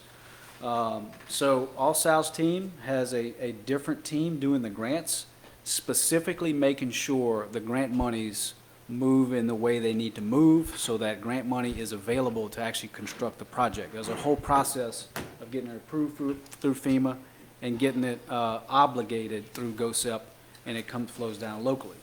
Aside from that, we're managing the process of the project, scoping the project, design, the delivery method, whether it makes sense to group some of the minor damage projects or do a different delivery method for some of the major damages or some of the campuses that may be a total loss. We don't know that yet. But Jared is going to be on the project management side, and even though he does work for All South, he's going to be specifically dedicated to the project management side. So it's not going to be grant management, it's going to be That's correct. just project. That's- That's what I wanted to know, what his role was, basically. But there is a symbiotic relationship between the grants and project management, because obviously, we're going to prioritize the projects, and we have to know when is that cash becoming available, so you guys are not cash strapped. That is a very critical piece of recovery, because we can only go as fast as there's cash available. And because of that, you're going to have to prioritize some of the projects. What are the most important projects to get up first? And then some of the cosmetic repairs possibly can come later. So that's a key strategy. It's a great question to be asking, but that's how we intend to approach it. Thank you. Mr. Hamner? Just real quick, what's the difference between a project director and a project manager? Great question. So, Todd, if you're the operations guy, if you want to handle that, I'll give you the short answer. Besides $15 an hour. So a project manager is assigned to an individual project, okay? Individual project. And, you know, again, if we group some of the minor damages, it may be one project manager, but there may be 30 different projects grouped as minor damages. And if you have a program director per se, it may be 20 damaged buildings that could be each an individual project themselves, with one guy managing the entire campus. So that kind of gives you, we're getting really deep into the operations piece of it, the X's and O's, but in short, that's how we would look at it. Terms are really pretty much interchangeable. The program director is essentially a team member with a little bit different responsibilities. Obviously, the program director is responsible for the operation of the entire program management side, and also the interaction with the grant side, which is, again, very, very important for success. Program managers, on the other hand, as Taylor indicated, they are assigned particular projects, and they are responsible for those projects and those campuses and those principals. They report to me. And so I'm the boss. And before I forget, my colleague reminded me, Des Moines Rutledge is the vice president of our firm. He did not have a speaking role in tonight's presentation, but I did want to take a minute and recognize Des Moines. Des Moines has a long career in education, the former, I forget the role at East Baton Rouge, I want to say general counsel. So I wanted to make sure I acknowledged Des Moines tonight, so. Okay, you said you forgot a question to ask? One quick question? One quick question? And, forgive me, but we are on, and I'm getting a lot of text messages, and I don't know, but a lot of constituents are texting me, and I guess the question they want to know, will you guys, whoever, will y'all hire local people? That's the thing I'm getting. They ask, well, we're spending all this money, will the parish have some kind of way to use local people for some of these on the jobs? Do we use local contractors? Yeah, so, Oh, well, regarding local contractors and vendors, yes. One of the things that we propose to do is to conduct like a contractor fair to make the local contractors and vendors aware of opportunities that are coming up. But of course, you understand it must be publicly bid in order to be eligible for FEMA. So it is exposed to anybody in the nation who wants to bid. With regard to retaining local personnel, there are very limited opportunities for us to bring people on like that in an assistance role or assist in damage assessments. Most of the people that we utilize are fairly highly trained. Many of them have professional licenses and certifications. And if those type people are available, there's a good opportunity that we may be interested in talking with them. We do have a team assigned to this effort. We do have some flexibility there with your blessing, though. Yep. And we'll certainly do our best. We would like the money to stay here, but I'm sure, as you might imagine, given the scale of your damages, it may be a little bit bigger than just a Terrebonne Parish recovery. Yeah, again, just to add to what Todd's saying, once we get an understanding of the scope and scale of the damages, what we can do is put on a local contractor fair that says, look, we're going to have some structural steel, we're going to have a lot of masonry work, we're going to have a lot of specialty work, and get it out there in the community that these are the opportunities.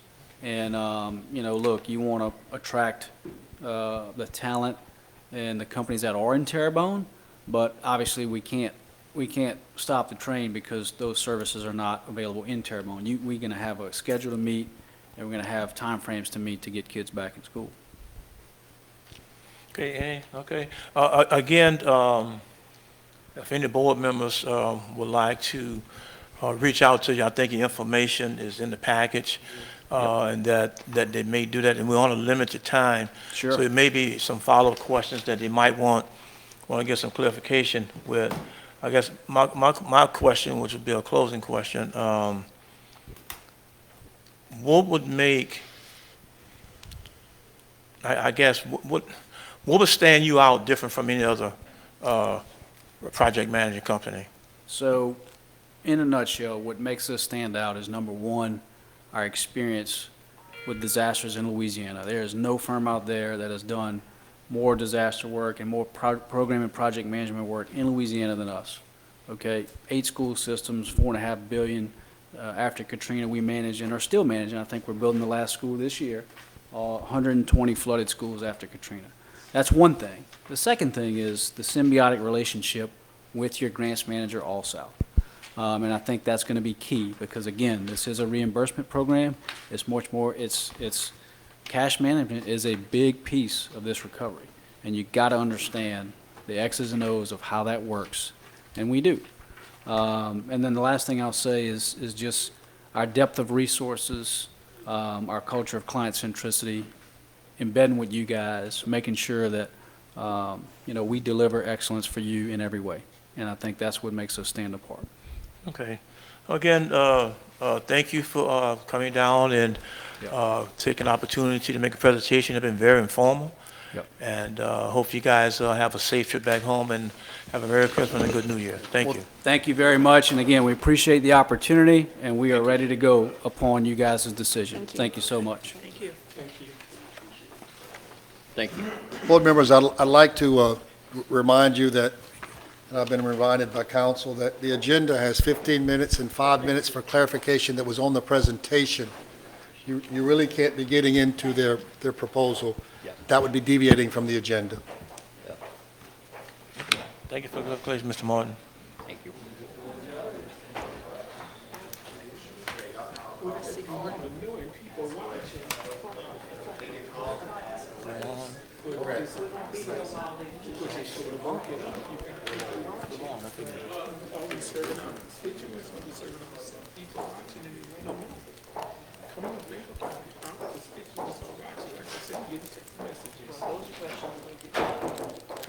Those questions you get from constituency, would be good. Good afternoon. Thank you, gentlemen and ladies, for making the trip. You'll have 15 minutes to make your presentation, and when you get to 5 minutes, I'll stick my hands up and let you know that you have 5 minutes left when you kind of wrap it up. After that, you'll have 5 minutes of clarification from the board members. And if they have any other questions after those questions, I think we have you guys' phone number in the package, and they can reach out to you individually and give you a phone call. So for the record, sir, you please your name and address. for the record. Yes, William Rashell. We're at Lemoyne Disaster Recovery, Lafayette, Louisiana. Are you on my personal address or? Yes, sir. 122 Western Lane, Lafayette, Louisiana. Okay, thank you, sir. Okay. So, are you able to see the screen? Yes. Okay. All right. Good evening, and thank you for the opportunity to allow us to update you on our qualifications. First, we'd like to start off with introduction of the project team. I'm Will Rochelle. I'm Vice President of Lemoyne Disaster Recovery. My background focuses on program management, FEMA public assistance, the HUD, CDBG, DR recovery programs, and infrastructure financing. My experience covers both the government side and the private side. My most recent government experience was the Deputy Director of the Governor's Office of Homeland Security here in Louisiana. And prior to that, I was the Deputy Director of Operations for the Louisiana National Guard. So I've got a lot of response and recovery background, both on the government and the private side. Mike? How are you? My name is Mike Rice. I'm the president of our disaster service group. I've been with Lemoyne for 18 years. I'm a part owner in the firm. The majority of my career, though, was in our vertical construction group. A lot of my time was in pre-construction services, working with our clients on value engineering, finding ways to get projects in budget. I'm very passionate about pre-con, and I look forward to taking that experience forward on your project. Hello, my name is LaJuan Harris, and I'm a senior construction manager with CBRE.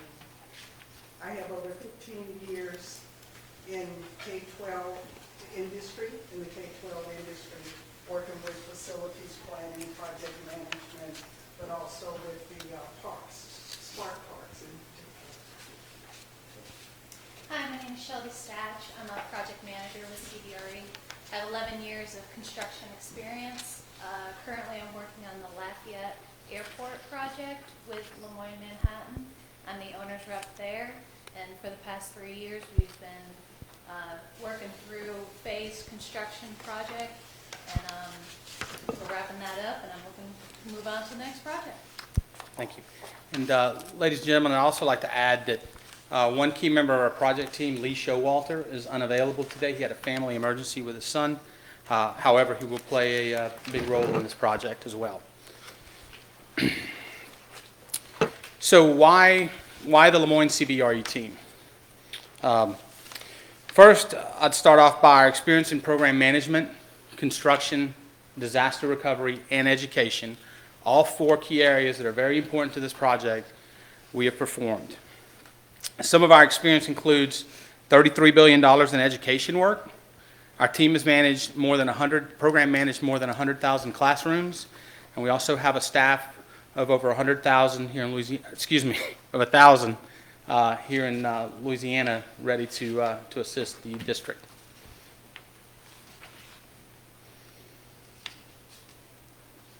Our experience. So what you see before you, list of schools that are listed there, these are just some of the organizations we have worked with to help them get their schools up and ready. So NOLA Public Schools is where I am currently, finishing out their FEMA program on the last couple of projects that they have. But I've also worked on the Houston Independent School District, where we actually met with the community. We meet with them once a month, getting their ideas, developing teams that include not only the students, but the staff and even community members, so that everyone has a voice in what you want to see in the end. With that, you see also that we've done over $400 million worth of educational construction in just the last 5 years alone. So the Lemoyne CBRE relationship started about 4 years ago on the Lafayette Airport project.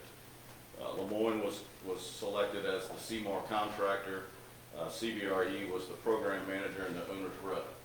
And through that 3 or 4 years that we were working on a $150 million job and working through the challenges that pop up on a project related to funding and to schedule, we created a very good partnership and relationship and decided to go after a proposal in Puerto Rico to rebuild the education infrastructure for them from the Hurricane Maria.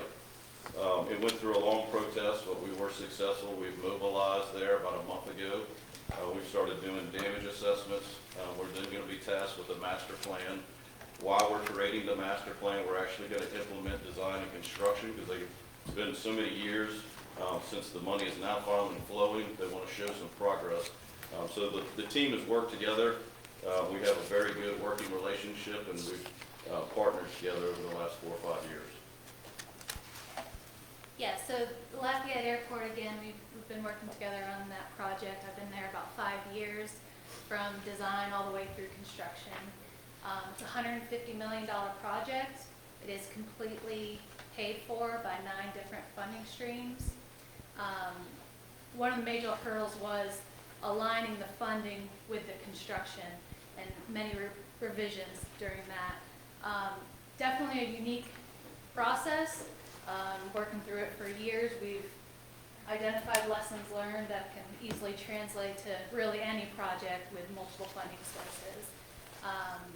But ultimately, we created a product that both the owner, for the owner, that's both under budget and on time, and really was absolutely fabulous. Our community approach. So we want you to know that we can sympathize with what you're going through. I myself have just spent the last 4 months displaced from my own residence in New Orleans because of the hurricane. And I had to learn to be very patient as they did the assessments, and they met with insurance, and they met with FEMA and identified the funding sources.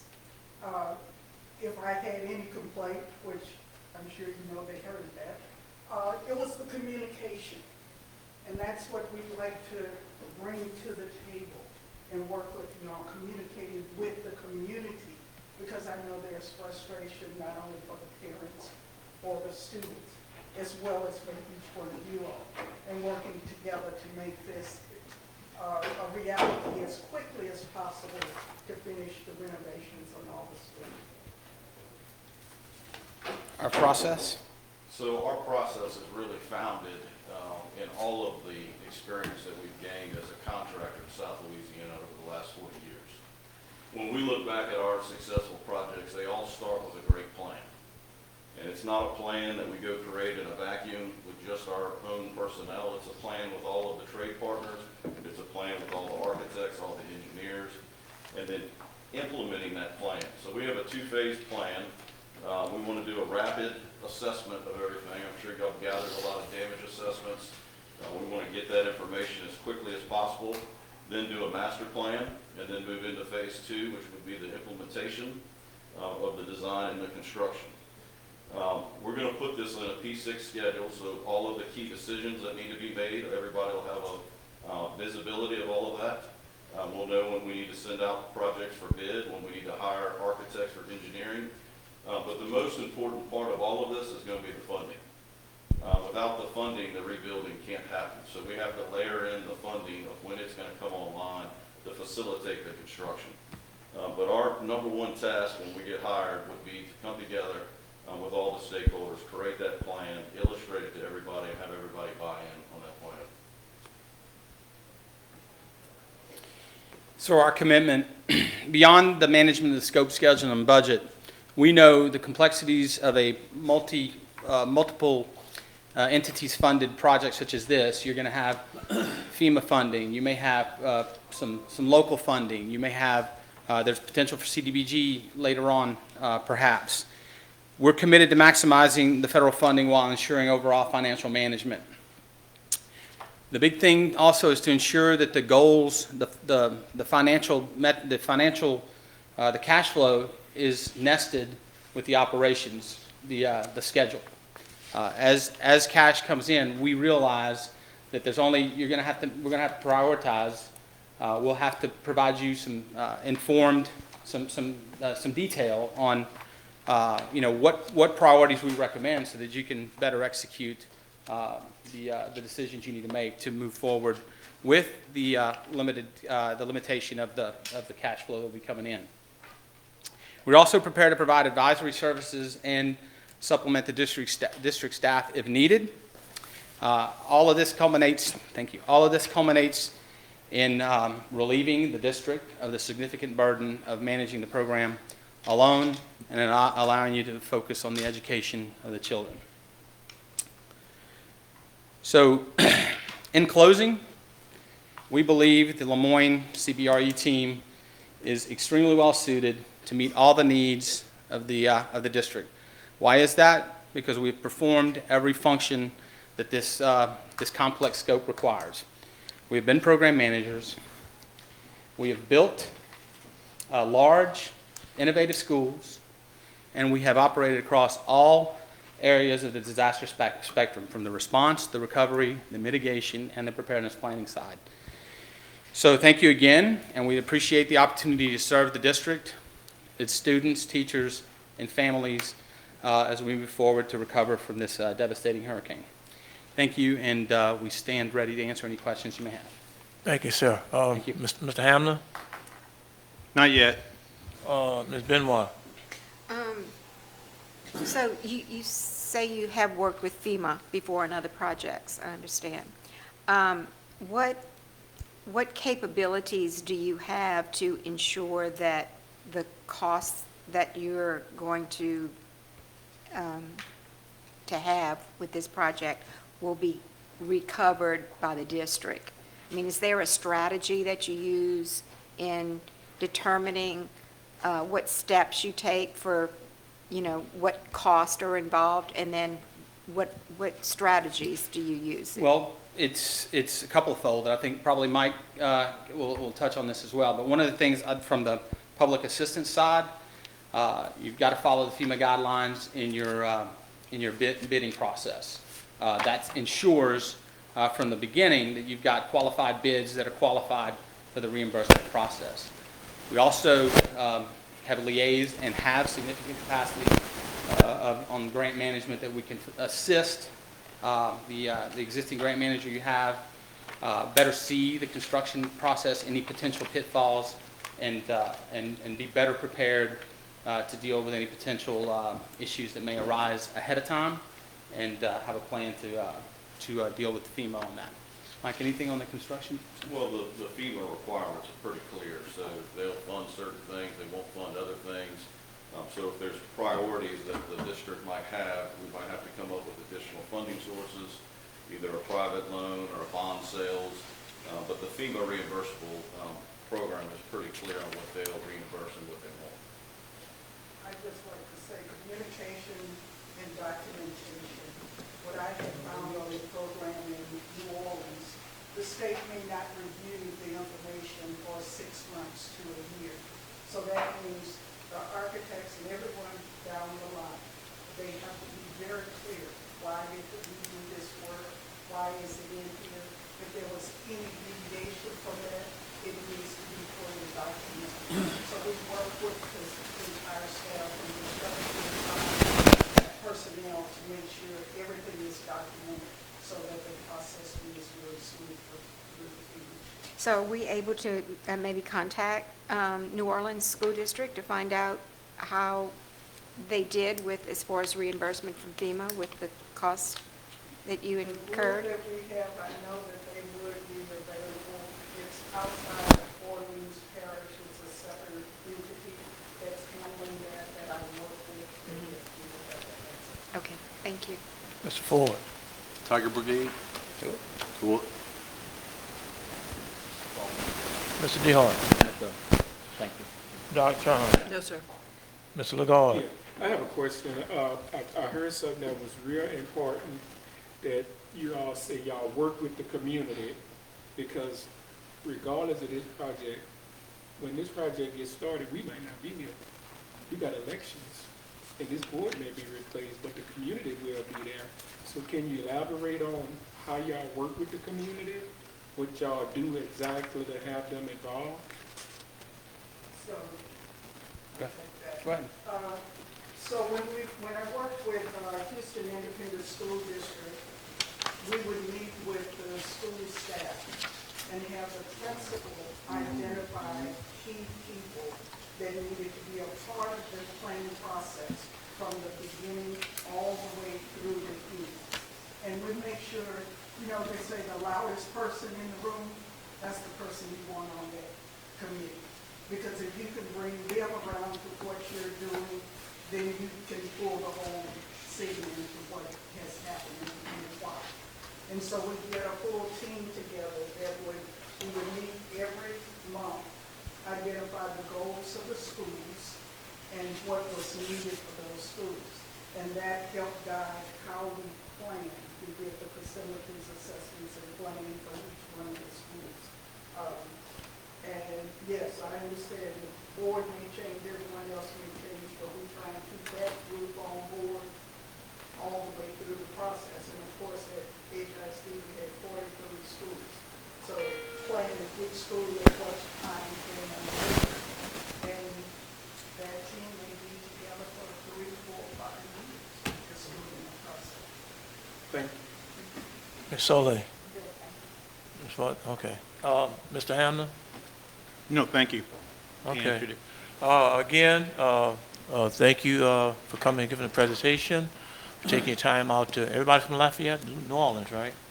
New Orleans, Houston. Okay. Thank you guys for coming out, taking time out, and listen, want to wish each one of you a Merry Christmas and a Happy New Year's. And if the board have any other questions too that they want to relate to you, they will be reaching out to you, okay? Thank you. Thank you, guys. Thank you for your time. Thank you very much. Be safe going home. Thank you.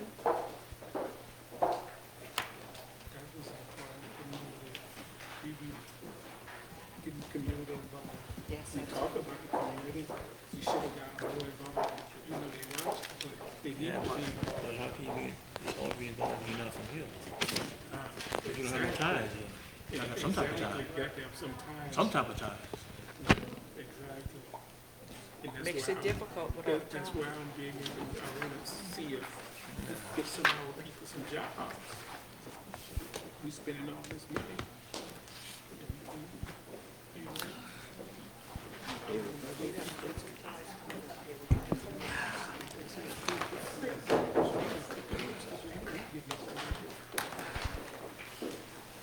Okay,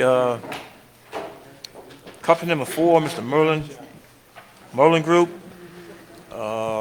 Mr. Leroy, can you give your name and address for the record, sir?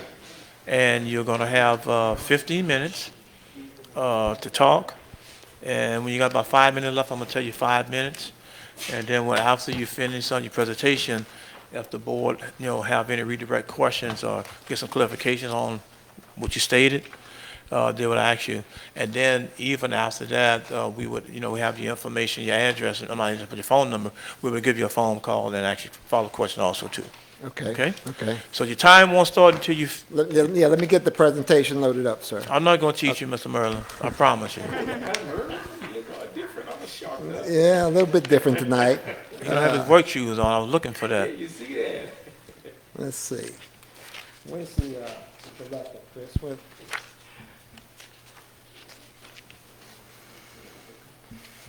Chris, if you need some help, I'm gonna help you. Oh, there we go.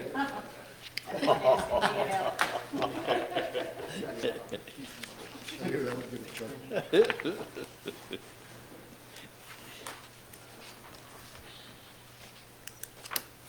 All right. You need a good laugh now and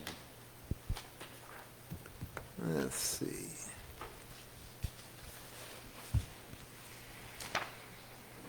All right.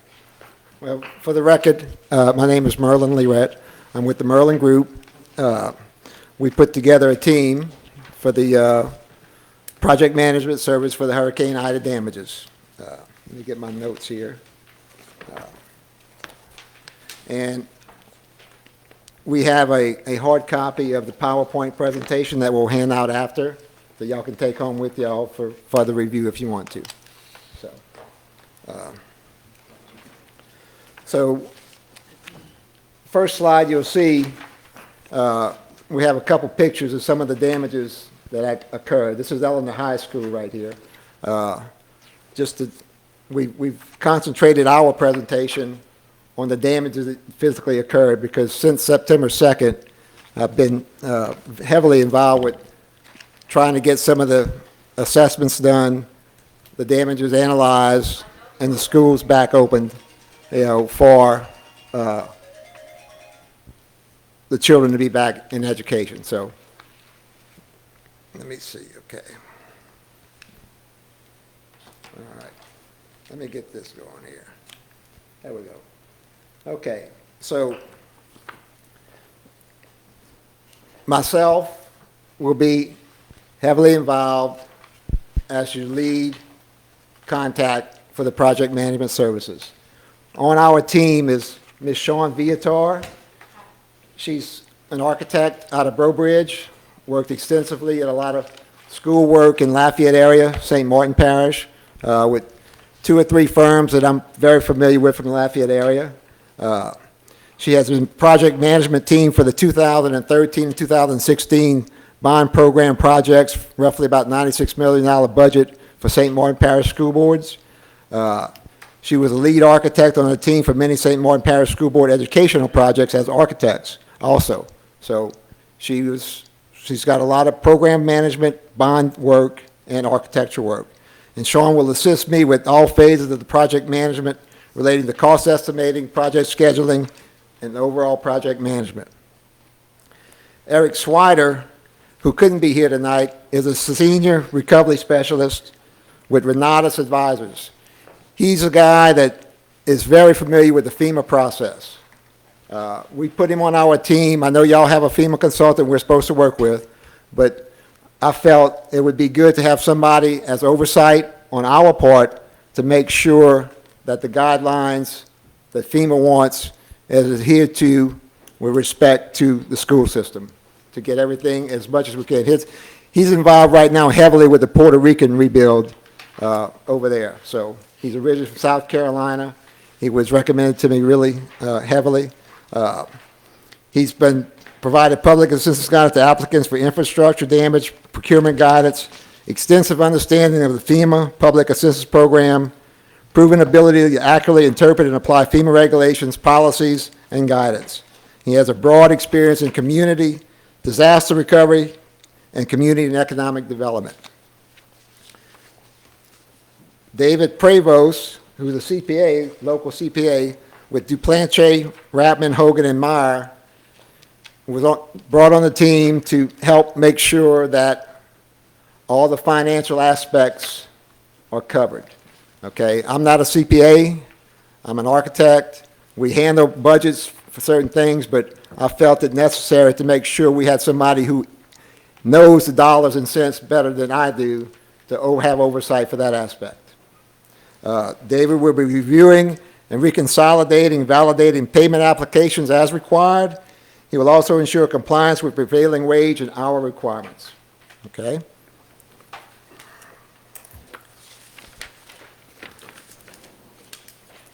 Kevin Rizzo is a civil engineer with Delta Coast, local engineering firm. Mr. Rizzo has over 30 years of combined engineering, design, construction, and management experience. He's a licensed professional civil engineer in 6 states with civil engineering, land development, structural engineering, and construction administration experience for numerous site developments and infrastructure improvements. Kevin will review any items necessary for site improvements. This may be site drives, parking, drainage analysis, topographical items as related to existing and new facilities. Kevin has extensive knowledge in these areas and was lead civil engineer on the development of Southdown Elementary School. Mr. Chris Berger, who is from Thibodeau, couldn't be here tonight. He's going to be our structural consultant. Mr. Berger has over 38 years of experience in structural design and management. He worked with Mr. Mike Battle, Al Battle, and Mike Battle in Thibodeau. He recently retired and is looking to do some consulting work. So he joined our team. He has extensive knowledge of structural design and analysis. He will provide oversight on all aspects of structural elements required to the project management, any structural remediation or any new structures that need to be handled for any projects. Next person is Mr. Mike Belcher, who's a mechanical engineer, owns his firm. In 1985, he formed his own engineering firm and provided mechanical engineering design and service for a wide range of products, including institutional, commercial, and educational facilities. All told, Mr. Belcher has designed and engineered more than 800 projects. The various mechanical scopes for the projects and design and engineering bills have been included in our RFP. As a mechanical engineer, Mr. Belcher will be involved with numerous projects for anything with MEP upgrades, HVAC, and things of that sort. So, I mean, we know that's a lot of that's going to have to happen and occur because of the conditions that occurred after the storm. So we brought Mr. Belcher on board for that.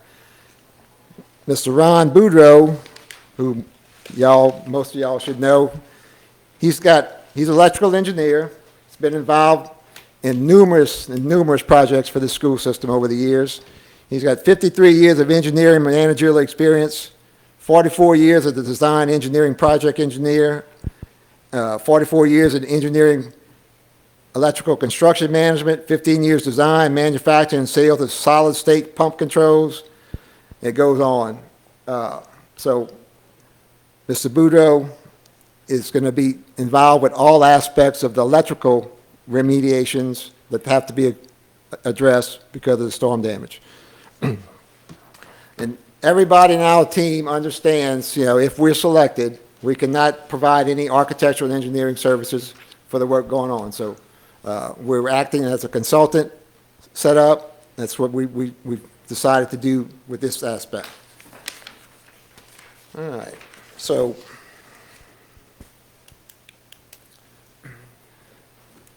project management.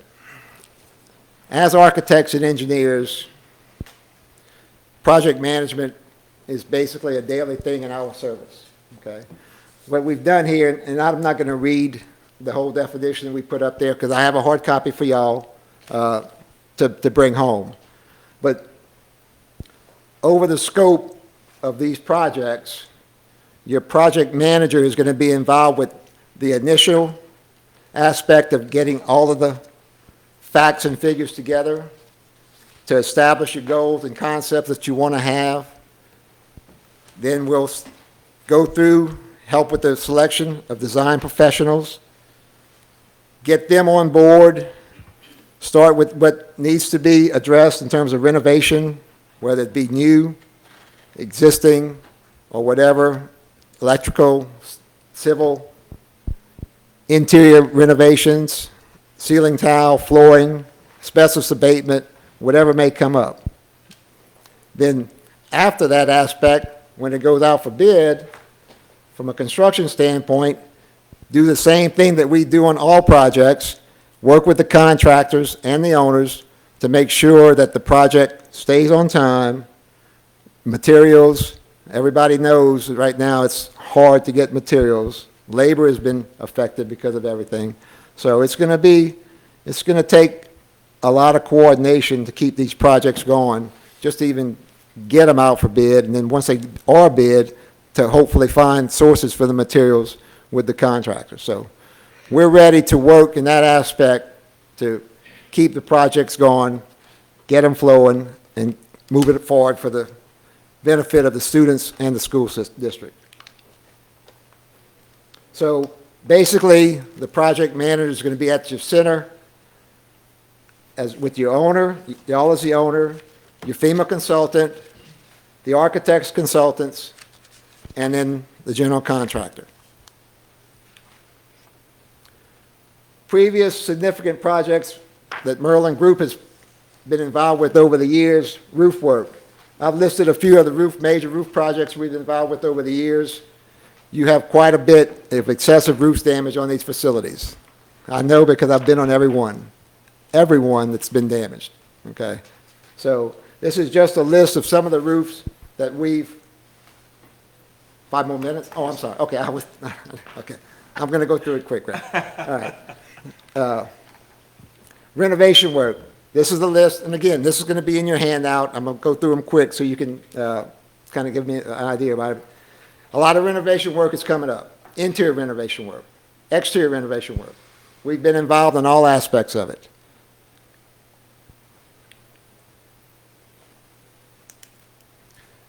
New schools. As most of y'all know, I've been involved with 4 new schools for the system. H.L. Bourgeois, Grand Calumet, Southdown, and what's going on right now in Mulberry. So that's just a list of showing you what's going on. Initial responses to the damages from Hurricane Ida. I was involved with the initial damage assessment that started on September 2nd. For 2 days, myself, along with some other people from other consultants, went around to all the sites, taking pictures, assessing initial damages, while you could barely get around the parish with power lines and trees across the roads, but we made it through. Then I identified roofs that needed to be wrapped, worked with roofers during the installation of the roof wrap, quantified roof wrapped schools, managed replacement of damaged ceiling tiles and insulation, handled and coordinated temporary wall and roof repairs at Mulberry, Eleanor, Montague, Bayou Black, South Terrebonne. Here we are, this picture, this is Evergreen right here, the main building in the front with the metal roof, a lot of damage. The back of the building is Industrial Arts Building. The item to the right is out of my 2004 facility survey, where I had aerial photographs. So what I would do is I would mark it up, highlight it, circle it where the damages were that needed to be wrapped, and then we would coordinate with your roofing subcontractor that was handling all the roof repair work. Here's some pictures that while we're working with the roofers during the wrapping, quantifying the roof wrap schools. After everything was wrapped, your subcontractors started applying for payment. Somebody had to quantify the area they were asking to be paid for. Myself and an employee in the maintenance department went on top of every roof and physically measured every roof. Our measurements came up to approximately 887,000 square foot of roof area wrapped. The contract at one point was asking for 1.2 million square feet of area. And I wasn't involved with the final determination of the monies, but I think in the final assessment, my square footage analysis was used for payment instead of the 1.2 million square feet they were asking for initially. So here's some pictures of the ceiling tile at different schools, that were done after we had the roofs wrapped so that we could get the kids back in. Exterior wall and roof repairs. Eleanor High School on the left, top. Bayou Black Elementary on the bottom, Mulberry on the right top, and then Eleanor again on the bottom right. This is drywall installation, SEC on the bottom, the 2 pictures to the left, Montague middle to the 2 pictures to the right. Again, this is our team. This is a picture of Grand Canyon Middle School. I think that Mr. Martin made you all aware of the letter. It was a nationally recognized FEMA school in 2021. I was told by the lady with FEMA, because she called me for some documentation on the school, she said it was the only school that was being recognized by FEMA this year. Okay. And the title of the article that you're aware of was Power of Mitigation. So we're asking you to help us continue to work with the school district to get our facilities and our campuses to the condition they need to be in so all students can be where they should be. Thank you, Mr. Learett. We're going to start on the left side here, Mr. Vizai. Yes, Mr. Learett, we know you're more than capable of doing the architectural work. We've seen you work, and you do a very good job. I guess my question would be, why hire you as a project manager instead of an architect? I don't know if that's a fair question. Well, I understand. I understand the question. Over the years, 36 years, in fact, I've been doing architecture for this school system, and you get to a point where, I guess, I think Houston and I are the senior architects in the parish, okay? So I'm at a point where I'm wanting to let these younger guys come up and hopefully pass on some knowledge and things of that. And I didn't plan Hurricane Ida. It came up, nobody planned it. So looking at my continued workflow, it's a good opportunity for me to be able to move into another aspect of architecture.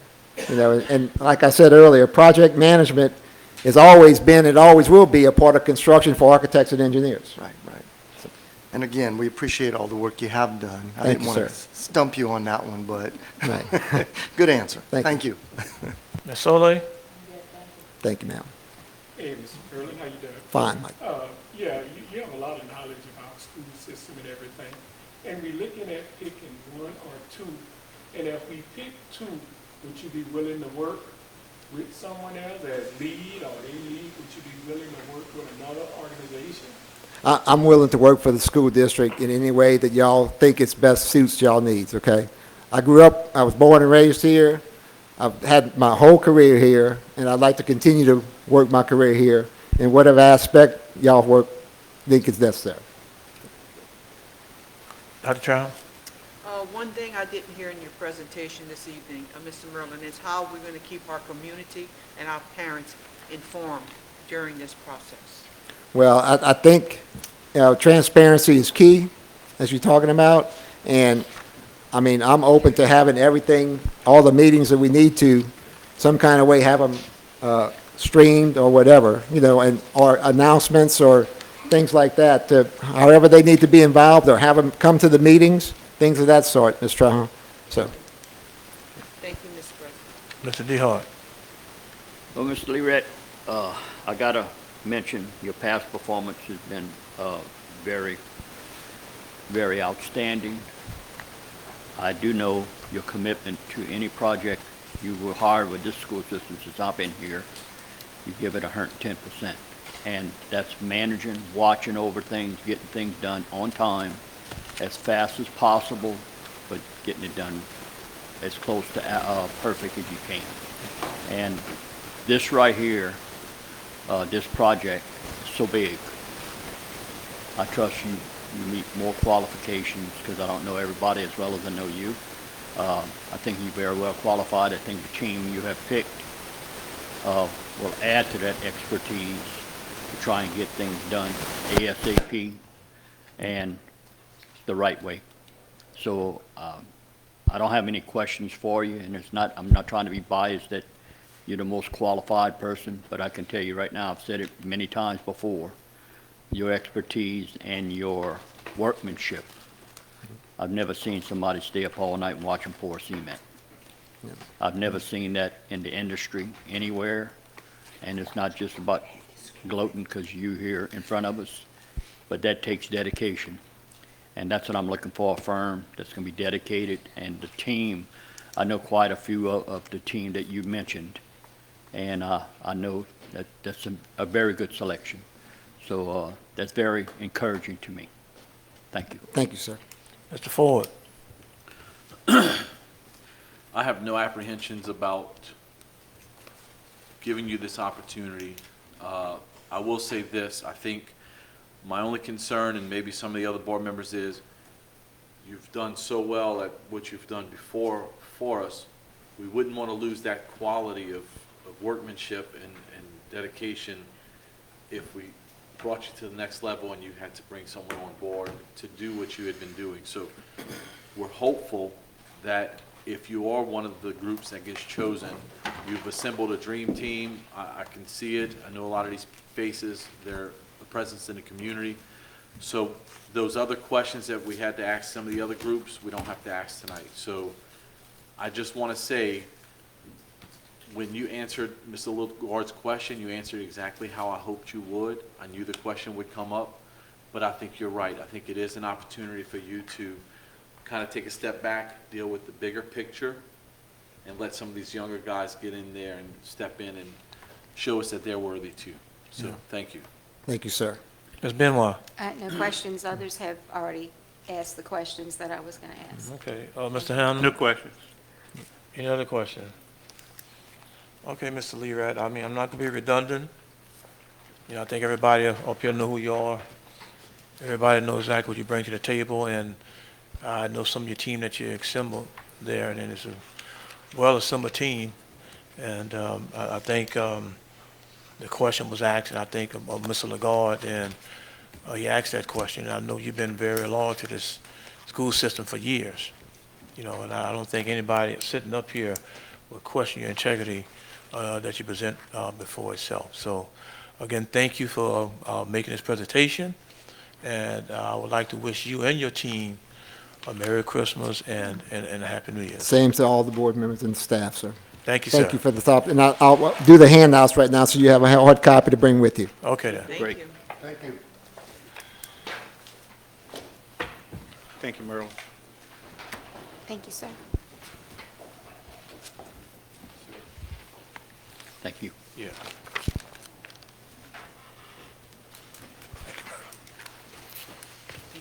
Thank you, sir.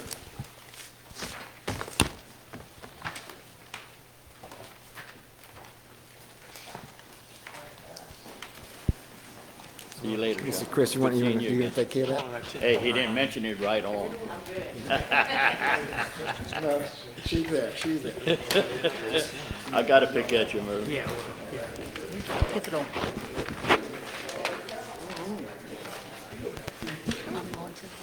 Okay.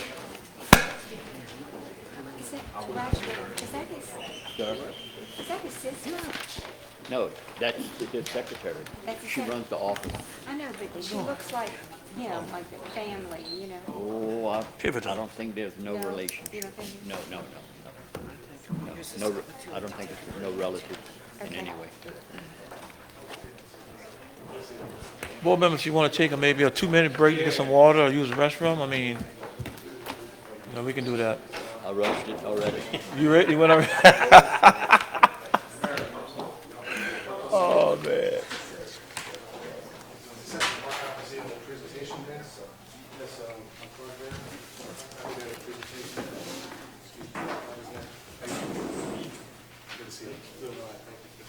Philip, can I How get you you doing? some, this little water? doing good.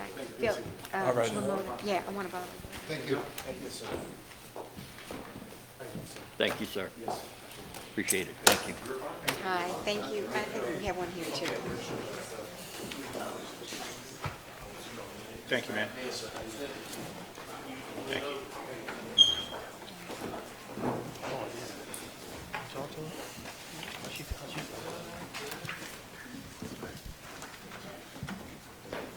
So we have this, thank you, Chair. Pivotal, huh?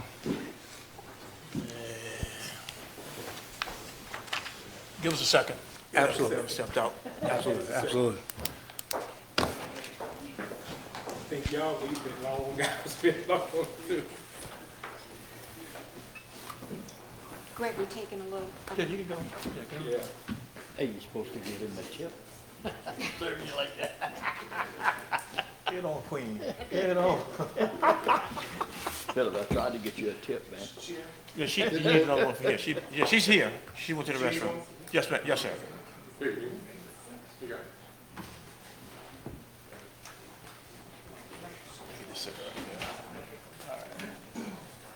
Thank you.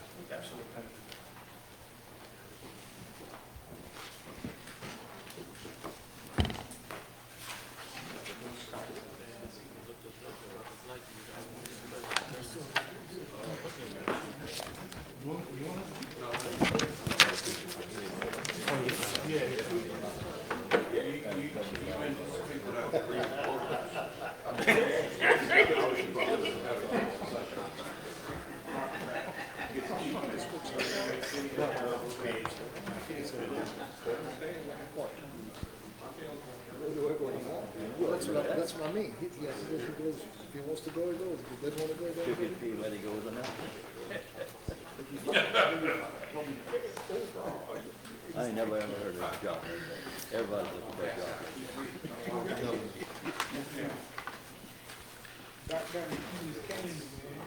Man, you still got that bag there?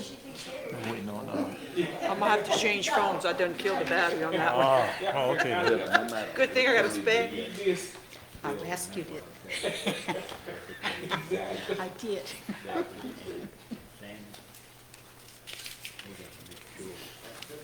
What's the proper pronunciation? I say it right.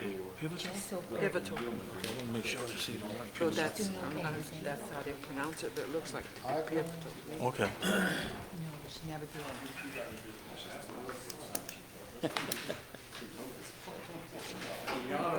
We haven't even started.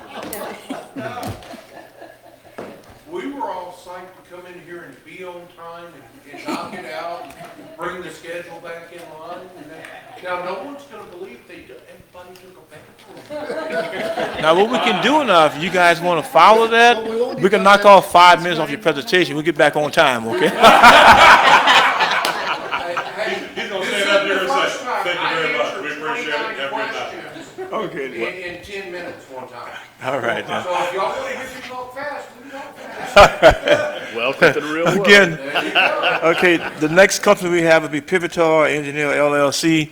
Again, thank you guys for coming, and also thank you for giving us the opportunity to have us a little restroom or water break. Absolutely. The way that is going to go is that you're going to have 15 minutes to make your presentation, and when you have 5 minutes left, I'll raise my hand. I'm not waving bye. I'm waving my hand up to let you know you got 5 minutes left. Yes, sir. And then after that, board members will have maybe opportunity to maybe ask a question if there's, maybe need some clarification or anything. And then later on, maybe a day or two later, if they decide to maybe give you or anybody that's in your group a call to maybe get some more clarification, we also do that, because I think we have, you just give us your card. Yes, sir. So it's very possible we can also call, maybe a day or two later, okay? Please. For the record, could you please state your name and your address, sir? Yes, sir, thank you. Brian Smith, my address is 1483 Mithra Street in New Orleans, Louisiana, 70122. Okay? Ready, Doc? Yes, sir. Time started. Thank you. Thank you guys so much for your time today. We're so honored that you shortlisted us to present here. I'm Brian Smith from Pivotal Engineering. We have this powerful support team from the DCMC. Probably across the state, you're not going to find more powerful people in terms of the grant management. They're FEMA professionals. You're not going to find a stronger group than the three right here. Very concentrated group that we have here. So thankful that they have come. The opportunity to share is very much appreciated. So overall, Pivotal Engineering and this DCMC partnership with Atlas, overall for this opportunity with the school district, we're looking to have, myself as an engineer to be a part of this. Recently we did what's called the damage assessments for the city of New Orleans. That's 417 facilities. We performed damage assessment cost estimates post-Hurricane Ida. So I was a project manager for that. So they said, hey, come down here and then talk. And I would love to continue it here with this school district. And we have Miss Christina Knighton, Senior Grant Manager. So powerful she is with the FEMA processes statewide. She was instrumental in establishing the systems that we hold today across the state. And then she's here. And then Mr. Rick Patterson, a very senior in the FEMA, not only statewide, but nationwide. And I know that because he's telling all kinds of stories in the hallway. And oh my goodness. No, they're good stories, but very senior gentleman as well. And then not on this list, but Mr. Sean here, very senior guy himself. Steve. Also very, very senior. So very senior in the grant world. So they're here to support on those fronts. Pivotal Engineering, we are a New Orleans-based engineering firm. We have in-house disciplines, civil engineering, mechanical, electrical. I'm environmental. That's my love. I do most environmental, but I've been brought on for this IDA project to manage the damage assessment, so I've been doing that kind of work. You have all these disciplines in-house, engineering, construction management, do a lot of that, Orleans, Jefferson Parish, and those kind of things. Also, a lot of cost estimations with the RS Means platform. We have all those in-house. And also, from the Hurricane Ida projects in the Orleans Parish, we have kind of beefed up our data analytics group. So that's probably the most interesting thing. Some projects we did related to FEMA damage recovery. There's a recreation center in New Orleans, and then pretty much we did all the HVAC, the design, the reviewing the PWs, and all the negotiations with FEMA. We did that in-house, mechanical engineering. So we're a small firm, but we have been awarded some very large projects. Even the city of New Orleans, we just finished this IDA project. All the 470 facilities in the city, we did the damage assessments for all that in 6 weeks. 417 facilities, cost estimates for over half of those facilities. So it was wild, but we're getting back to normal. We've done damage assessment work for St. John the Baptist Parish. I love that parish as well. So, for Hurricane Ida, we mobilized within 24 hours. We had 8 teams working 7 days a week for 6 weeks in the field, coordinating teams all across the city. Wonderful teams. Everybody had matching shirts. But seriously, very, very technical people we had, and we did damage assessment across the city. We deployed our drone, certified drone pilot. Some areas we could not access. We had 6 weeks to do this work. We didn't have time to get on the roof of every facility. Some roofs were not easily accessible, so we mobilized our drone pilots, our drone facility, our drone imagery here from the Treme Center to Rec Center, and they had some problems there. So we're very happy to be able to deploy that. And then the most exciting thing, no, I shouldn't say the most, but I'm very excited about the data analytics that we're able to deploy on that. This is, just a screenshot from one of our dashboards. This is a real-time cloud dashboards. It means anybody who's representative of the school board, school district will have access to this dashboard. You can see the project at any of your facilities. What's the status of the damage assessments? Is a cost estimate needed? Is it completed? What is the cost estimate? So our client, director of capital projects, could see in real time what we're doing every single day. And there's even a trend graph, you see, showing the progress per day. And then the white line here was our trend. Say, hey, if we're going to complete this on time, this is what we need to do. And then you can see the purple goes plus or minus that day by day, and then we had to manage logistics every day to get that done. But the client can see in real time, you guys will be able to see in real time the status of any facility under your jurisdiction. So that was such a wonderful tool. This is another dashboard that we also were able to generate for this to help us track the project, because month after month things can get tied up. So you have a dashboard, a clear interface to see everybody's on the same page. GIS mapping, we're able to do GIS mapping. We love the GIS as well. Another project we're able to do, Jefferson Parish, Lincoln Elementary, all the HVAC design, all the PA systems, plumbing, electrical, everything we're able to do for them. So we have a very strong technical team in-house. So we're able to manage these large, complex projects, from damage assessments, cost estimations. Also, then from that point, any engineering that needs to be done, retrofit, hazard mitigation, we do all this in-house. And we've done very big projects, like you can tell, City of New Orleans, we just completed it, and they're happy. So DCMC. Come on, Rick, say a couple things here. Very, very powerful. Good afternoon, good evening. It's a pleasure to be here. DCMC Partners was founded in 2014, and the founding partners had previously worked in Louisiana. After Hurricane Katrina, they were brought in by Governor Blanco to help set up the recovery efforts. So our roots in Louisiana run deep and run strong. Our roots in education also run deep and run strong. We can make a direct tie to over 6,000 project worksheets representing $3.3 billion in repairs to educational facilities through our work. We have local experience within Louisiana. We're working currently with Tangipahoa Parish Schools for their Hurricane Ida repairs. We also work with Lafayette Parish Schools back in the 2016 floods, as well as the Diocese of Lake Charles for their private schools after Hurricane Laura. As an example of some of the work that we've done, St. Thomas Episcopal was damaged in Hurricane Harvey in Houston, Texas, back in 2017. FEMA's initial estimate was $1.9 million.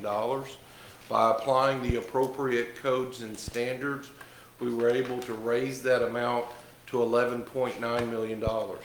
This became the seed money for them to consolidate all of their campus buildings and to build back one elevated, flood-protected campus for their school, for their students. So that seed money of 11.7 funded almost half of their new school. We'd be very happy to answer any questions about FEMA policy or procedures or mitigation opportunities when that question period comes up. Thank you, Matt. We have a lot of experience in the grant management, the Fair Wage Davis-Bacon Act. We've done a lot of that for many times. And then we do environmental engineering as well, mold, lead, asbestos. We do all those kind of investigations. I do site investigations, risk-based assessments. I do a lot of that, so hopefully we can just do this mostly. Construction and administration management, we do construction management, large projects, small projects. You know, this gymnasium, Joe Brown Rec Center, multiple schools, Jefferson Parish, we've done all these kind of construction administration, owners rep, you know, battling with the FEMA, we've done all these things. So, you know, we have a very strong background in that, and that's what I can say. Inspection, we have a good team of inspectors. We do inspection, of course, roadway inspections, then utilities, but also schools. We have a very strong team as well. We're a small firm, about 30 people, but a quality team. A quality team. I'm really happy to be here. So all these items we can provide for you guys for this this project here: engineering, construction management, damage assessments, cost estimations, scheduling, project worksheet, closeouts, Davis-Bacon, and the whole gambit. So, you know, Pivotal, we're a small company, 30-something people. In DCMC, they're really going to beef us up. And the best thing about Pivotal is if you call my cell, I'm going to pick it up. I will do it. If you call me, let me tell you this. Now, my boss, Avinash, you get his cell number, he's the same way. He's the same way. So we're very responsive. We're just an hour up the road. Let me tell you, you call me tomorrow, I'm driving back down here tomorrow. You call me Thursday, I'm coming. You call me Friday, I got to be, you know, with my wife on Friday. But tomorrow or Thursday, so tomorrow or Thursday, we could be here and we can talk. And myself personally, you know, I'm an engineer, you know, almost 10 years of experience, and this is an opportunity. I would love to spend more time in the parish myself, working here, and then we want to grow our presence in the parish. So we're well established in this. You know, of course, you know, we agree with your mission, educate, to engage, educate, empower every student every day. You know, I'm not an educator, but you know, somebody has to be. And I can't, you know, be the educator, but I can support, you know, from an infrastructure perspective. That's my lane. We understand your core values. I read through these myself, and I appreciate it. You know, the concept of, you know, encouraging the student, engaging the parents, and then communication with everybody. That's the way to go. Our approach, you know, we want to incorporate the analytics as much as possible. We want to, you know, have all the files on a cloud-based system. That way everybody can access the files. Anybody needs something, hey, he needs this, you send him a link. We're not going to send attachments. Everything's going to be on the cloud, dashboards, GIS. Everybody can be in the loop on the cloud. It's the best way to go. So offer these professional services that we will provide for you guys. You know, we're very aggressive. Rick is very aggressive. So Rick is going to fight to get you every dollar. You know, and when it comes to the engineering side, we have, you'll meet him one day, Bassam, very aggressive. He has so much experience. He's a principal electrical engineer. He's battling all the time for maximize every dollar. We're those kind of people. We are aggressive, aggressive, aggressive, aggressive. And, you know, whatever you guys need to build capacity, we understand that that's always something to discuss. Whoever's your key people, we will work with them. They can call us anytime. We can discuss things. What capacity can we build for the school district? That's also important. You need in-house capacity as much as you can to handle as much as possible. And we are comfortable with that, building that bridge. I'm sorry, I'm looking over here, and I'm not really looking over here. So we have the ample staff to handle all the FEMA requirements, hazard mitigation proposals. When it comes to the damage assessments, we have a strong team. Here we deployed, you know, 8 teams across the city, 7 days a week. And for some reason, James, the senior mechanical engineer, I guess he's, you know, in the shorts there, but we had a very strong team for that. We have good teams. We have the capacity, we have the motivation, we have the resources, the tools. I believe we far exceed the requirements for experience needed to do this. And, you know, our resume shows that, you know, people have trusted us with serious, critical projects that we have delivered. So I want to bring this to the school district. So, you know, we're ready to serve you guys. You know, we believe in serving. Make the pivotal decision to move forward with the pivotal team. Thank you.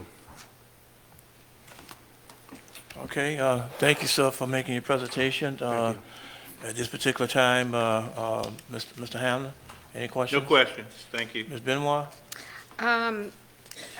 I would have liked to have heard from the FEMA lady here. And, Oh.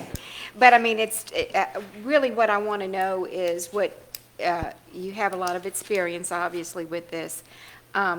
And this is a question I tend to ask for all of the presenters tonight. But what success have you had with the cost involved to get the reimbursement that the the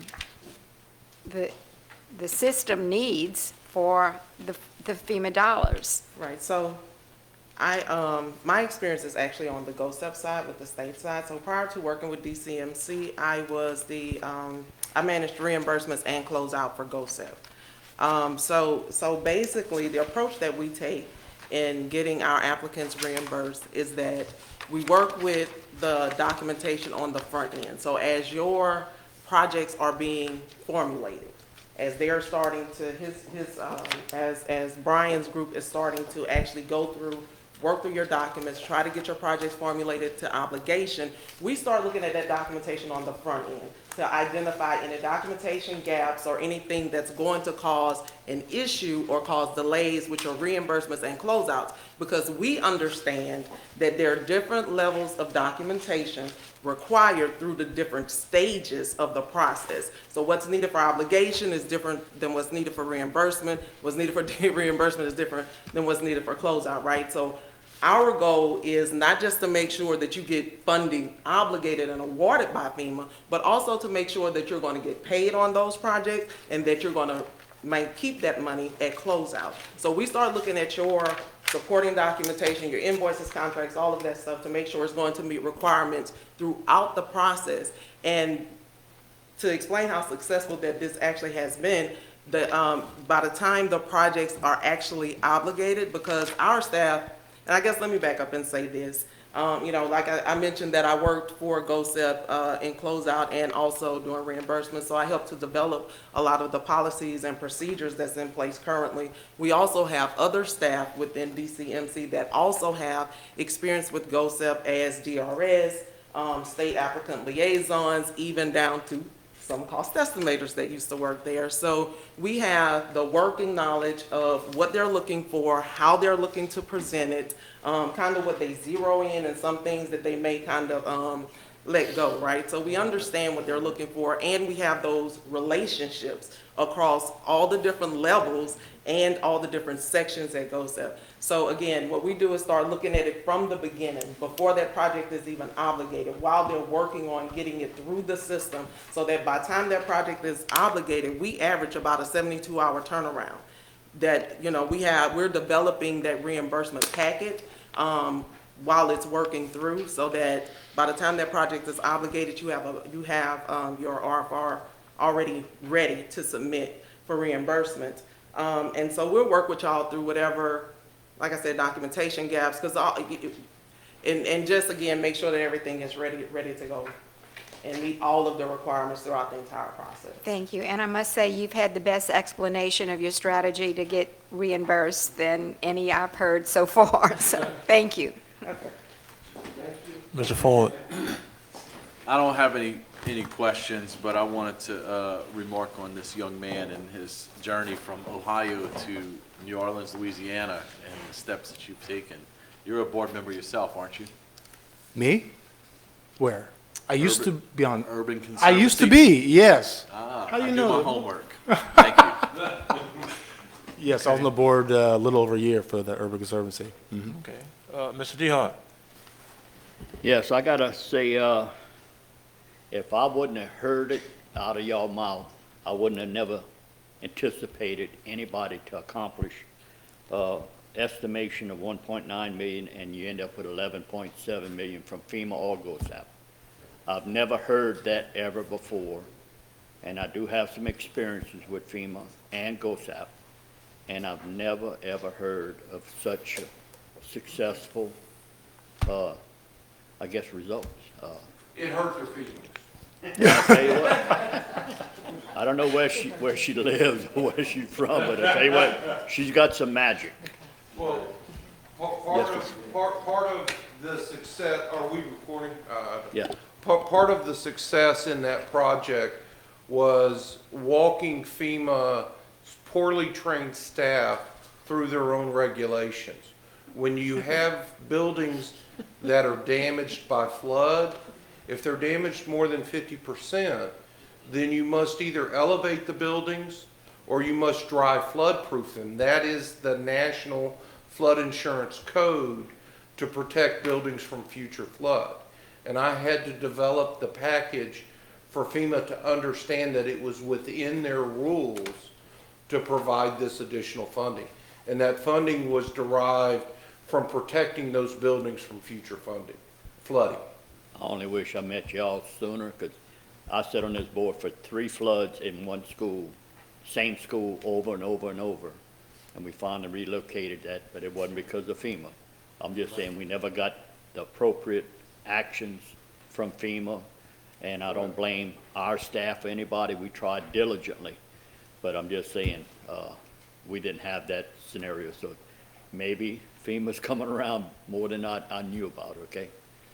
So I compliment y'all on the effort y'all made. Thank you.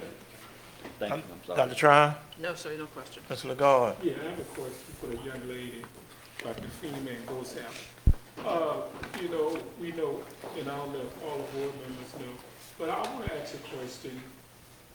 If you had, and you might not can answer it, but if you had to put a time period on, and we do everything correctly, if we do everything correctly, that period of reimbursement, you know, is it, you know, I know it's hard. So I guess from the time, so it typically takes FEMA 3 to 6 months to write an obligated project, right? And so GOSEP does have the express pay system, which can be your best friend or your worst enemy. That's why, you know, I explained the process that we use. There are some things that for our clients that we send through express pay, and there's a lot of things that we don't. Because if your documentation is less than perfect, right? There are ways and alternative solutions. There's a solution to any problem, as long as you can explain what was done and give them something to prove what they're wanting to see. So when the documentation is less than perfect, I wouldn't send it through ExpressPay. So that may add to that possibly another 3 months because of the way GOSEP's process is set up for reimbursement. And something else I want to comment. The gentleman said something very important, that poorly trained staff by FEMA that we assume know everything and they're not. And I don't know if what's the problem, but thank you. Yeah, that's a question. Ms. Solis? Yes, I have a question. On slide 21, I'm just not familiar with it. It's Davis-Bacon compliance. I've never heard of that. What is that? Yes, just, you know, for federally funded projects and those kind of things, there's like a prevailing wages. So minimum wages then, yeah, and then this certified payroll has to be compliant and all this, so.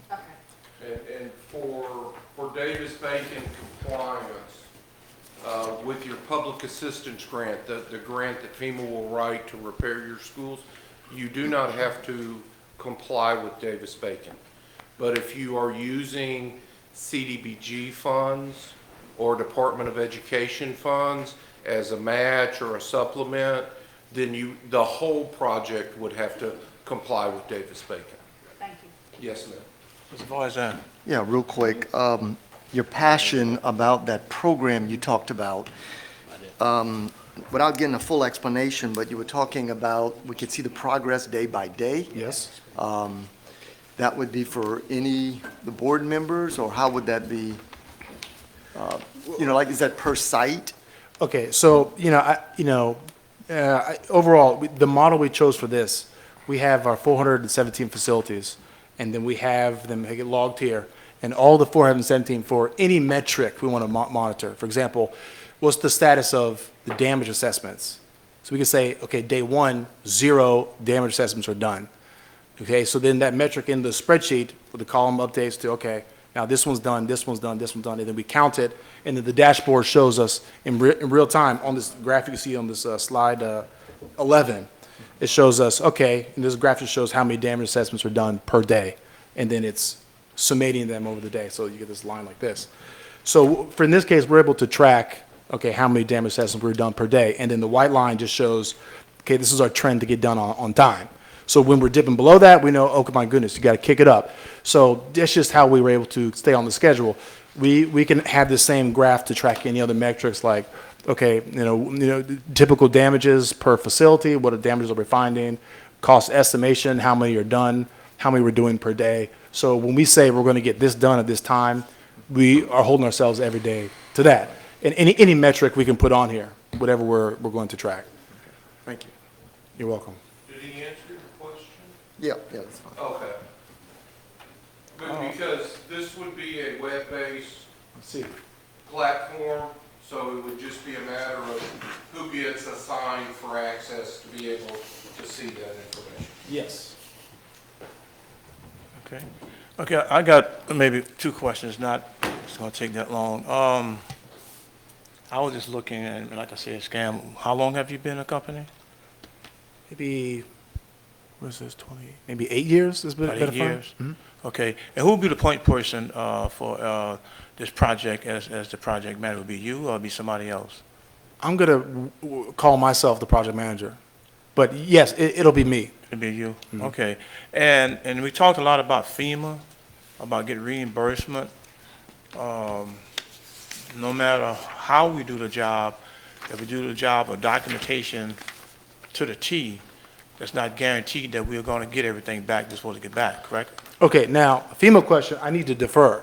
Okay, All I'm right, just gonna well, make I'll do this asking the question because I don't want to get the misconception that, you know, that because if we spend $150 million, that your FEMA director or your FEMA person would work in conjunction with our FEMA, because we have a FEMA person also too, that we also hired also too.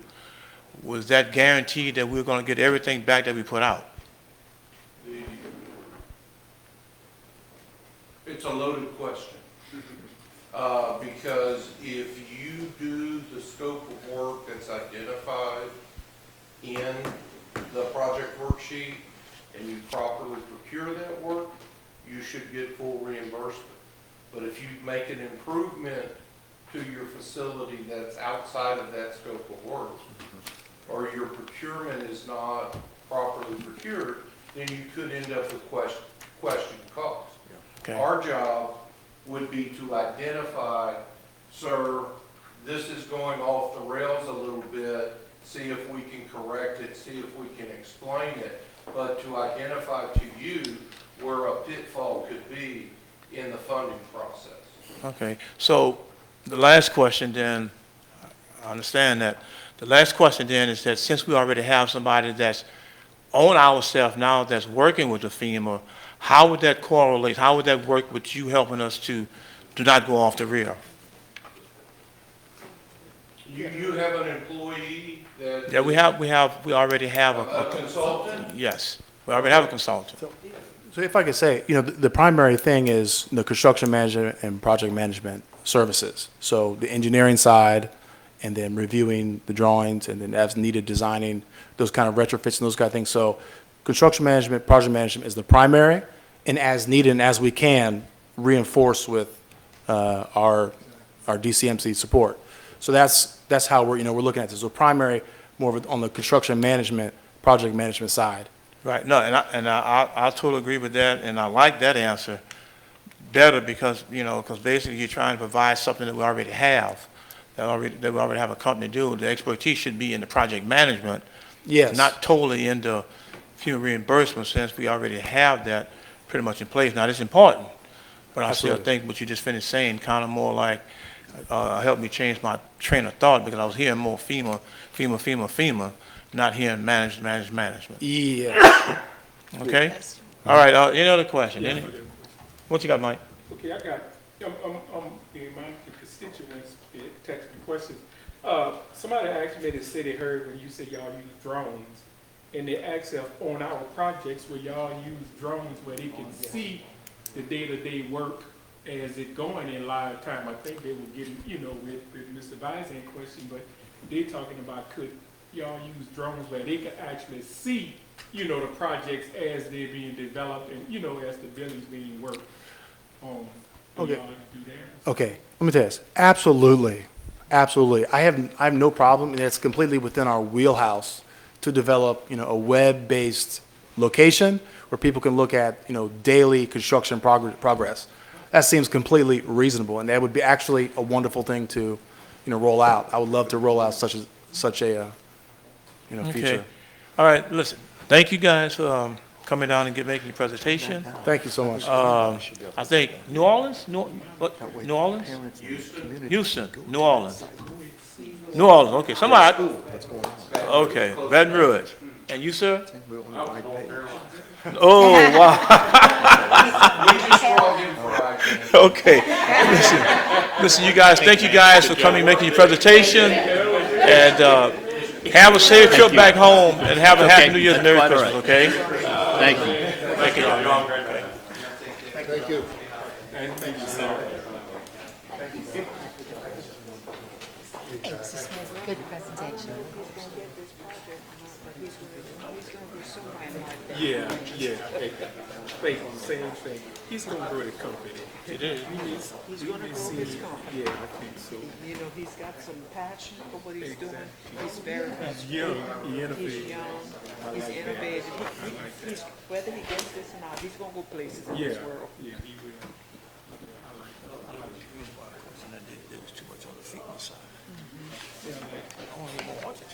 Let's hear more about program management. Yeah, that's what I'm saying. He's young.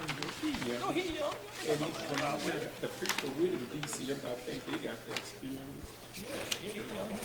But you asked the right question, and that's for anybody. Make sure we get our money back. You know what I'm saying? And I want them to know, I want the guy to know, get our money back. Okay. Who this is? Somebody stepped out? Yeah. Okay. That Safe Works. Okay. Good afternoon. Next will be Safe Work GM. The way the format is going to go, we apologize again for running over a little late. We try to kind of get as close as we possibly can. You have 15 minutes for your presentation. When you have 5 minutes left, I'll put my hand up. That's not saying bye.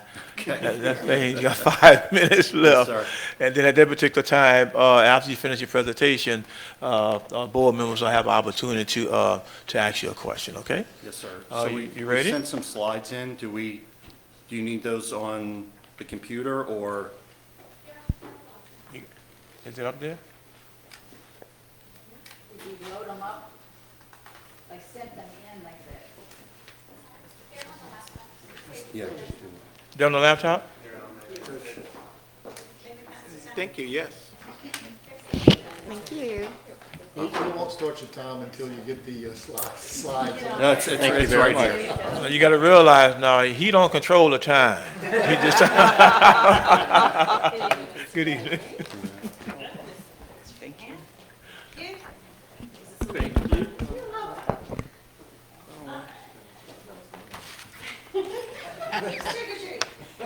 Thank you, baby. I'm so used to a touchscreen. My apologies. You can just hit the arrows Yeah. left and right. It's slide Oh, presentation. it's in slide. Okay, there we go. Okay, for the record, could you say your name and address, please? Like where I live or Yes, our sir. office? No, where you live? Okay. Eric Kuntz. I live in 1216 Positano Pass, Leander, Texas. Our Baton Rouge office is at 301 North Main Street, Baton Rouge, Louisiana.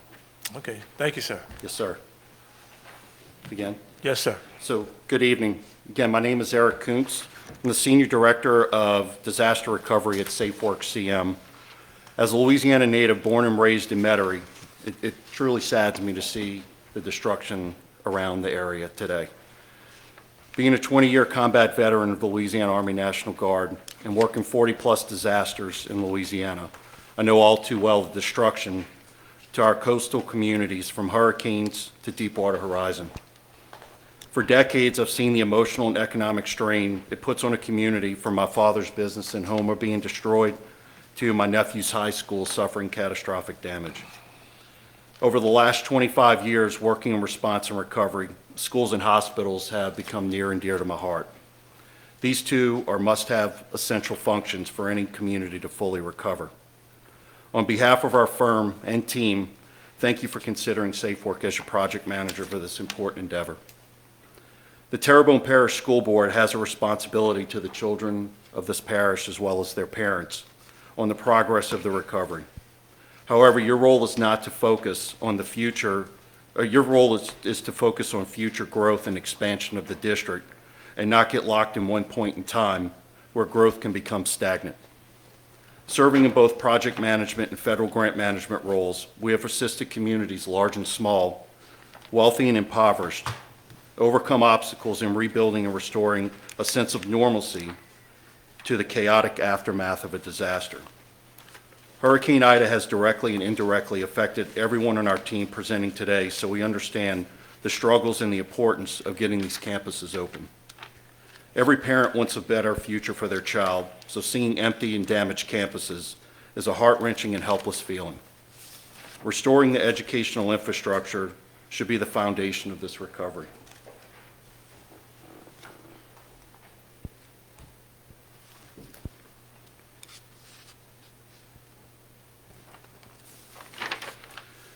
SafeWork was founded in 1992 by Rebecca Jones as a full-service firm that specializes in providing public agency clients with complex and efficient program and project management, grant administration, and consulting services for state and local governments.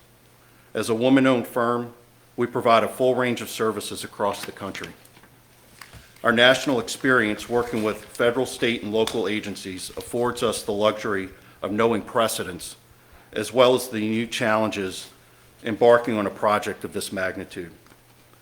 SafeWork has the knowledge, skills, and experience to get this recovery process started and, more importantly, completed.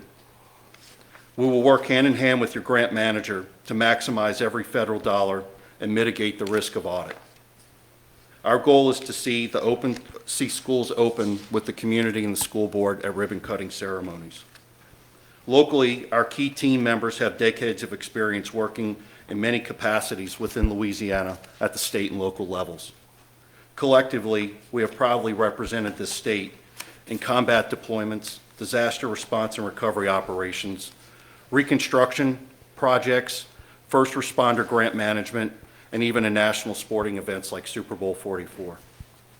As a firm, SafeWork has a deep project experience and knowledge of disaster recovery, infrastructure and capital project management, risk management, best practices, development, and strategic advisory services.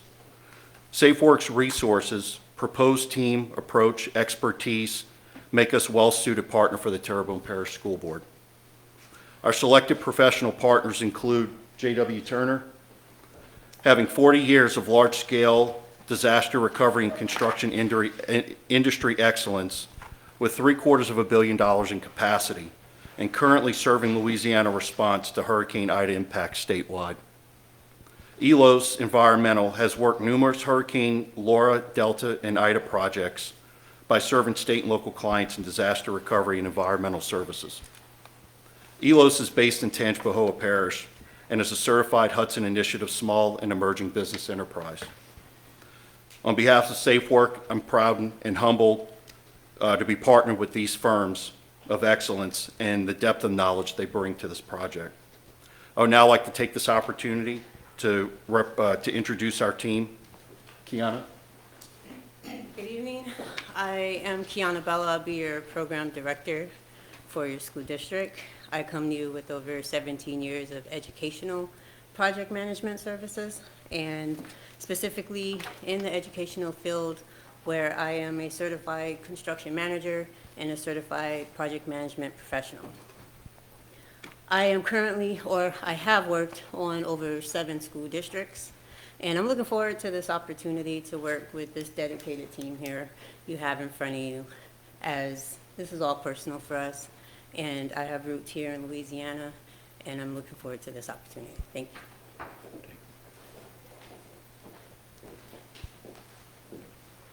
Good evening. I'm Michelle Poinson Harker. I was born and raised here in Terrebonne Parish, and I still currently live here in Houma. I have 25 years' experience in emergency management, disaster recovery, and we're looking forward to working with you guys. Here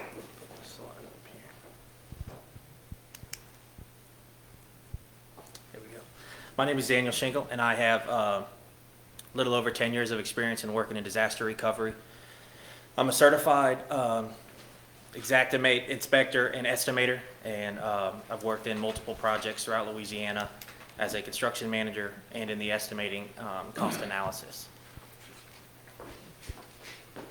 Good evening, ladies and gentlemen. Thanks for having us here. I'm Kimberly Muller, and I'm a native New Orleanian and have lived here all my life and career. I've worked in both the municipal and the private arenas all my life, helping in recovery efforts for both Katrina, Laura, Delta, Rita, and Ida. In my role as community outreach coordinator with you all, my team and I are going to make sure that we're as transparent as possible and that fluid communication is given at all times. We want to make sure that you all have a thorough understanding of what the messages are taking place, and that's communicated out to everyone in the most effective way possible. I'm proud to be a part of this team.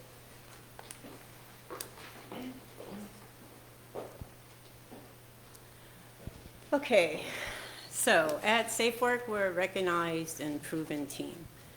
And one of our goals is to align with your district. And in doing that, what we want to do is bring an array of project management services to your team. We have contracts with 8 different school districts. And currently we're at Jefferson Davis Parish Schools, where they have over 14 campuses and they have over 6,000 students actively on those campuses. I've had the opportunity and I have the experience to bring to you needed swing space, temporary situations, so that we don't disrupt the learning environment of the students as we move forward with construction schedules. This is a skill that my project team here will bring to this parish. We're ready to hit the ground running. So you have a team that's ready, and how are we going to do that? We're going to do that with a quick start strategy. With our quick start strategy, as you can see here, we're going to evaluate and just keep your momentum by validating the critical planning items. These items such as budgets, schedules, and scopes of work. From that point, we're going to review your damage assessments so that we can generate a risk management plan that in order to identify and mitigate the risk. We'll prioritize and optimize your project list while we're procuring the needed vendors and consultants for design purposes. In addition to that, we'll execute contracts under the collaboration and in coordination with your grant manager so that we make sure that we are confirmed and moving forward with FEMA requirements. Now, the project team I have behind me is going to move forward in discussing to you how we have our expertise in disaster recovery, our expertise in outreach services, our expertise in cost management, and our expertise in insurance claims, so that we can fully provide a turnkey project management service to this parish. Michelle? Here at SafeWork, we know the documentary and compliance requirements for GOSEP and FEMA inside and out. In my role as public assistant and hazard mitigation manager, we will lock arms with your grant manager throughout the entire process of the project. We will ensure funding is rapid and funding is final. Additionally, we will work diligently with your grant manager to mitigate any possible audit findings.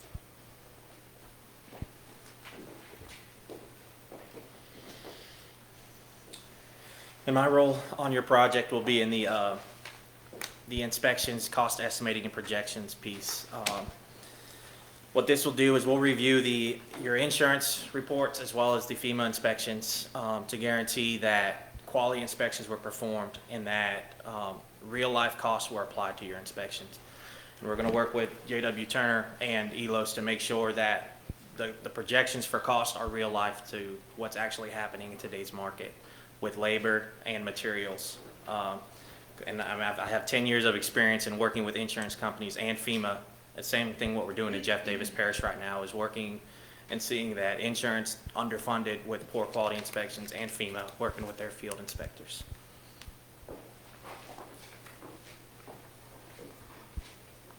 Ladies and gentlemen, this devastation has gone so much deeper than what you can physically see. We've driven around and we've seen it. We've experienced it ourselves. This area is kind of splintered. And what's worse than that is the emotional devastation is deeper, and unfortunately, our children continue to suffer. We want the children back in school quickly, safely, and their security is of the utmost importance to us. Why choose Safe Work? We're a uniquely experienced team in both project management and federal grant management. We have a quick start strategy. We have the ability to start immediately and hit the ground running with the hand-selected team.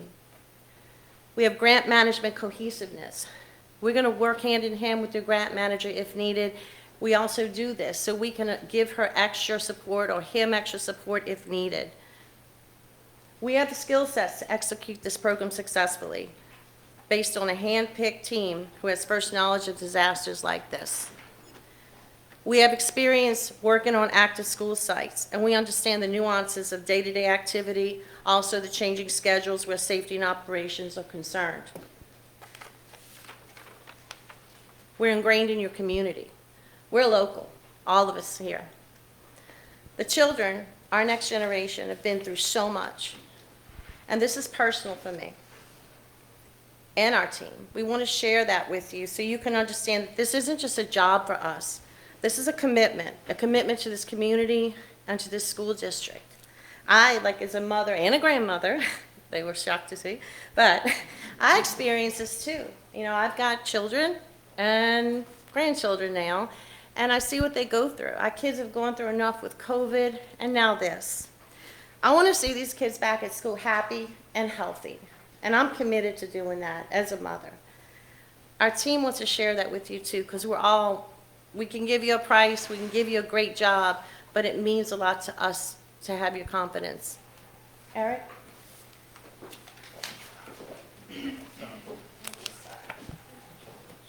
So as we said, we were all local. We drove around here today. This is important to me because I've spent decades seeing what these storms do to our coastal communities, and I'm tired of it, to be honest with you. I'm tired of every time a storm rolling into Louisiana, the entire area shuts down, and these kids they're displaced. The communities can't keep doing this. The parents can't keep doing it. We want to help build back a resilient school, and so these kids can get back into learning. It's our responsibility to make sure that the parents or the students and the teachers have a conducive learning environment. Daniel?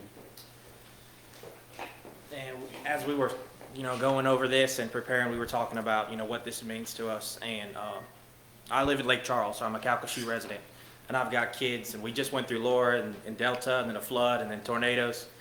So I know what it's like to be a parent and have to deal with, my kids are young and having to deal with them not knowing what's going to happen that day.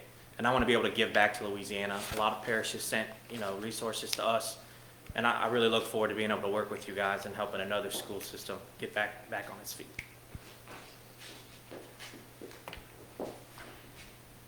This project is very personal to me.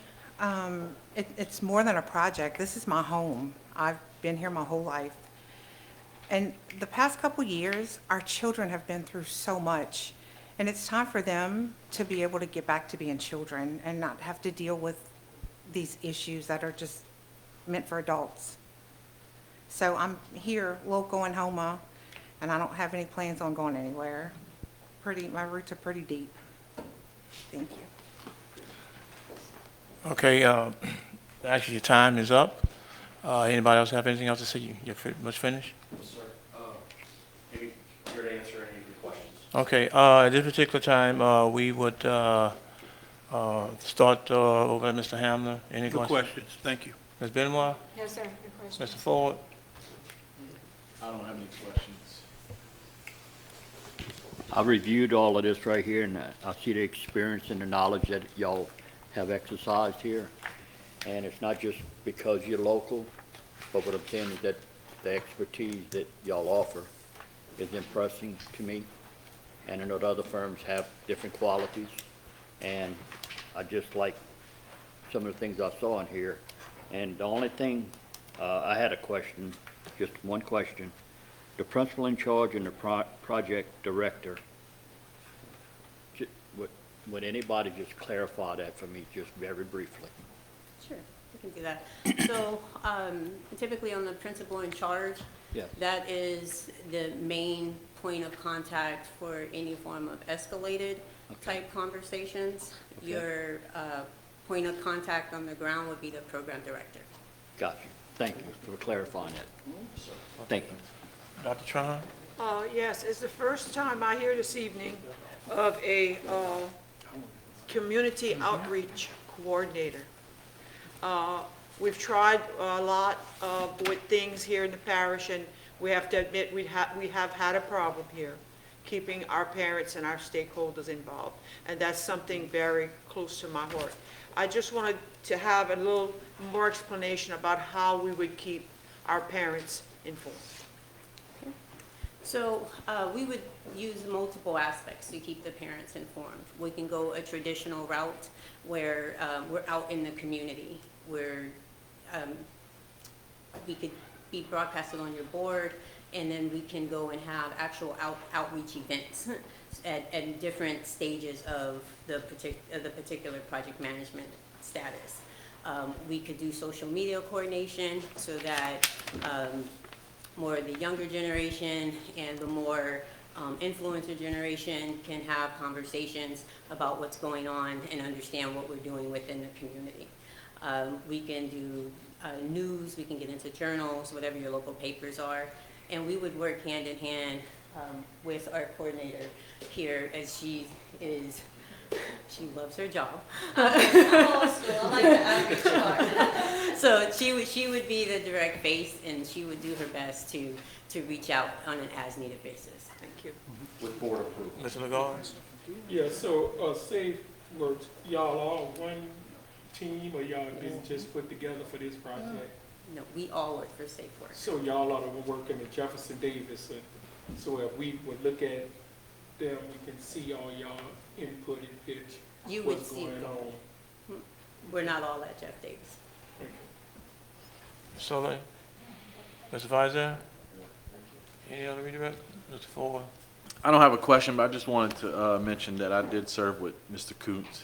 He may not remember me. He was, I was Charlie Company. He was, I think you were headquarters, HHC, second of the 156. You were Alpha? Alpha Company. Alpha, okay. Yes, sir. Thought so. Thank you. Yes, sir. They recognize you with the beard. Oh, yeah. You know, I'd like to give a compliment to one of the members of this team, a product of Terrebonne Parish Public System. That's Ms. Poinson.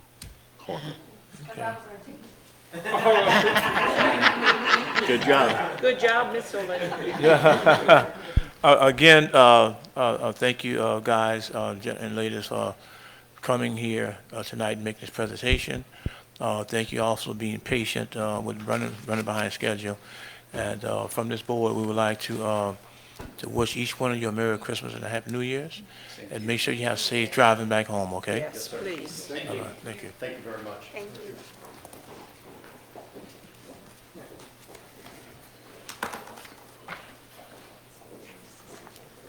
Thank y'all again.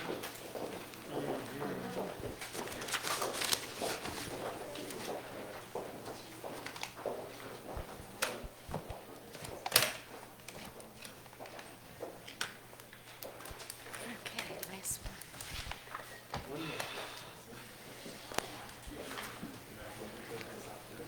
3 hours later. Mr. Martin, one of y'all, state night, taking us out, you and Mr. Martin. I talked to my friend, he said it's gonna be too late to do that stuff. Remember I talked to you about that earlier? He said it's gonna be too late. Yeah, it's So gonna which be too one? late. He gonna give Mr. Martin a favor. This lady walking out this building going home. So you need to, you're gonna have to go ahead and make a motion to suspend. 6, 7, 8, 9. Yeah, that's true. Amen. No, I'll take that. Hey, Jesse. Good. It's good to know that you're back All right, after all the hurricane traveling you were doing. I do it now. Okay. Yeah. I got jealous reading. Good afternoon, board members. Before, somebody stepped out? Yeah. Okay. Is there a presentation? Well, before we hear the next presentation, we have a board policy that we only can hold a meeting for 3 hours. So what we need to do is that we need to make a motion to suspend that policy. I'll move that we extend the meeting. Okay. Do we need to set a time? No, No? no. Make a motion to suspend the policy. To suspend the policy, 3-hour policy on Okay, meetings. second by Ms. Benoit. Anyone else would like to discuss the motion? Mr. Hamner? No, it's not debatable. It's not debatable, that's true. You're right. I'm sorry, it's not debatable. We just made it. Okay. Oh, good evening. Thank you for being patient. Thank you for the vote of confidence by approving that extension. Oh, no, we're not gonna let you wait. Not gonna send you back home, not tonight anyway, without making a presentation. I thought we were going to handle it in the parking lot. Thank you for coming. The way it has been going is that we're going to give you 15-minute presentation. Okay. Then after 15-minute presentation, the board members will have the opportunity to ask you questions. So at this particular time, for the record, can you list your name and also your address? Okay, no problem at all. My name's Marco Gonzalez. I'm with Volkert, and my address is, like, you want my home address? Your home address. We're not gonna come knock on your door, I promise you. 304 Redfern Street, Homewood, Alabama, 35209. Okay. I'll take Christmas cards, any kind of gifts will be perfectly fine. So. You're on the clock. Okay. Well, good evening. I know it's been probably a pretty long, trying 3 hours already for y'all. Y'all have probably heard budget and schedule and FEMA and God knows what else so many times. So one of the things is I stood right here back in April, and it was y'all gave me the opportunity to come and talk to y'all. So the benefit of that is y'all probably have heard half of the history and who we are and stuff. I'll cover a little bit of that for y'all so you kind of refresh everybody's mind, because this is, very official and stuff. But I also want to just bring up I got about 3 or so main points I kind of want to bring up based on some conversations and some things that we've been seeing here. Obviously, we've been talking to y'all here going on a little over 2 years now. So COVID has come in the middle of that time. Hurricanes have come in the middle of that time. So it's not exactly the most ideal situation sometimes, but we're very fortunate, we're very blessed to be here in front of y'all today. So, like I said, my name is Marco Gonzalez. I'm over all of our program management here in Louisiana. We have Jesse Perkins here. I think most of y'all know Jesse. He's a former superintendent of West Feliciana Parish Schools. Probably has lived his entire life in education. May have sold you a few books afterwards. So. He's been around quite a while, and he's just very valuable to us in helping us understand what schools need and what schools do. So, and then Philip Russell right here is our vice president. He's in program management, and he's basically over all of our marketing, but he's got a background in being in the facility side in school systems in Alabama, and then has been working with Volkert for God knows how long. So the gentlemen behind me offer a tremendous amount of experience in education and being in schools. So really quick on the company. I know I sat here and went through that, so we're going to keep it real brief for y'all. But the 3 main things I'd like for y'all to notice on this right here is we were founded in New Orleans 96 years ago.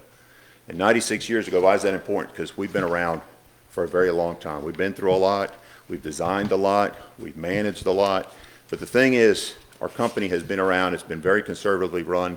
We want to keep it that way, and that's because of the way that we interact with our clients, the importance that they are to us. You poo-poo on your clients, you're not going to be around 96 years. So we're very proud of that we have, our clients' relationships have been very strong. The second thing is, while we are headquartered in Alabama, we have 5 Louisiana offices. I mean, we're everywhere from Shreveport and Monroe. We're down into Slidell, New Orleans, Baton Rouge. We are very hugely invested in this state. Have been for years. We started here. We will continue to be here. As I mentioned a little earlier, we've been coming around here. We've been kind of doing a little bit of a dance for about 2 years with y'all, and really getting an opportunity to get to know y'all, and it's been great. I feel like everybody here, I've gotten a chance to know a little bit, some of you better than others, but we've been around for a while. We're here today, and you know, I hope that you see the commitment that we want to be here in the future and going forward. The last thing on there would be the very last point. I mean, everything else is very important, but the very last point on there is for the nuts and bolts of what you need and what you're looking for a program manager who understands schools. You want somebody who understands the federal side and how all that ties in, because you want to get reimbursed. Very, very important.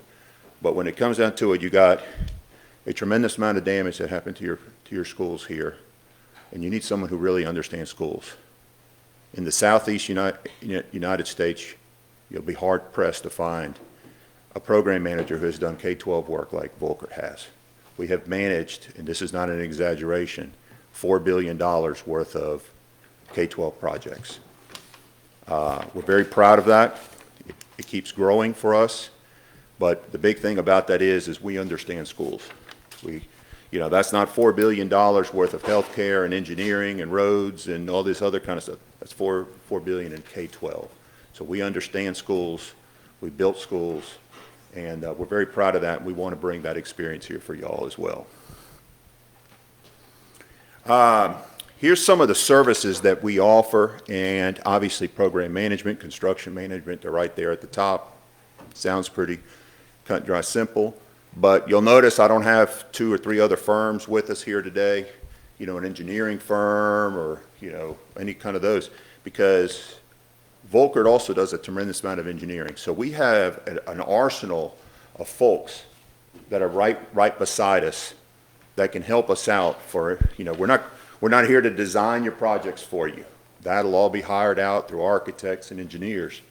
But you need the know-how. You need the people that can look at that stuff and be able to understand it, be able to tell you, you know, call a spade when something's being done. I mean, we do property acquisition, we do facility assessments, master planning, engineering survey, utility engineering, environmental engineering. So we're not just a couple guys here that understand how to do construction and understand the design process. We also bring that kind of background into this as well as it's kind of in our backpack, basically. So we have a lot of tools here to share with y'all.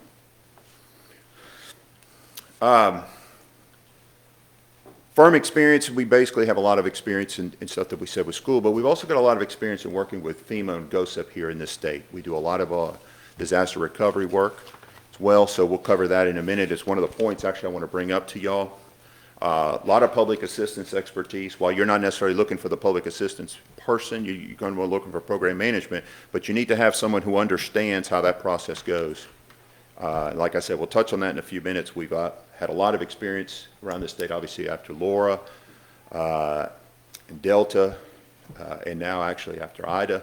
Over the last 2 years have been very busy in this state. I think a lot of the firms that came in here probably said they've probably done a lot of work over the last 2 years, and it's unfortunate for the people, but it's good that we have experienced people, and we are one of those as well.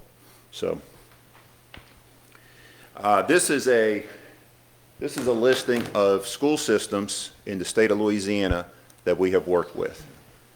I'm only putting that up there to show you highlight 2 things. Number one is our breadth of experience in this state. We understand how to work in this state. We know Louisiana. We've worked with a lot of different architects. We've worked with a lot of different contractors, a lot of engineers, a lot of consulting groups and stuff like that. So we have a lot of time vested in here working and a lot of experience in the state.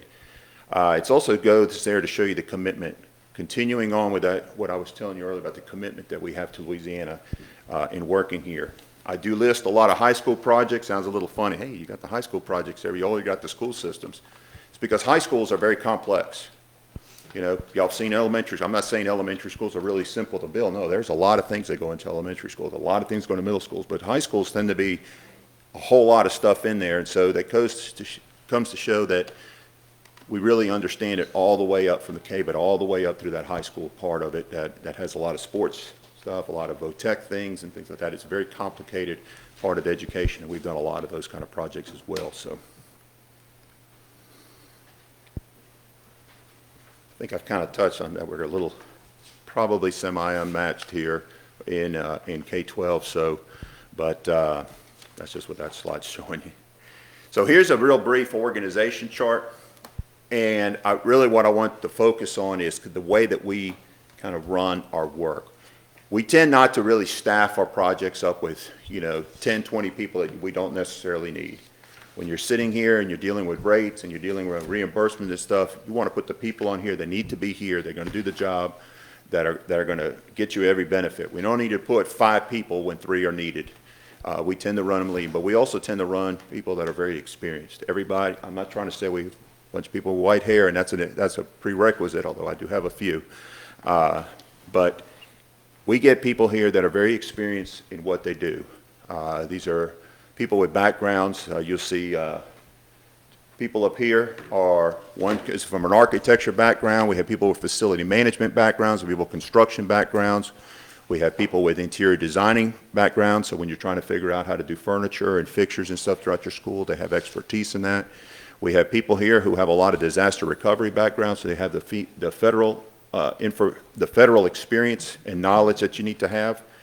We have people like Jesse who have educational background. They've led schools. We have facilities guys who've done that part, but also people who have run schools and understand schools and offer valuable feedback on that too. Another thing that Jesse does too, Jesse's really good at going out and being kind of a community liaison. Y'all know this very well. You got to promote what you're trying to do. It's, you go and put a plan together and everybody's like, oh, that's great. And you're going to get peppered by your constituents on questions and stuff. 5 minutes? That's good because I've only got 5 minutes left to tell you. So, here's the 3 points I really wanted to bring. So you see, Mr. President, I was getting there for you already.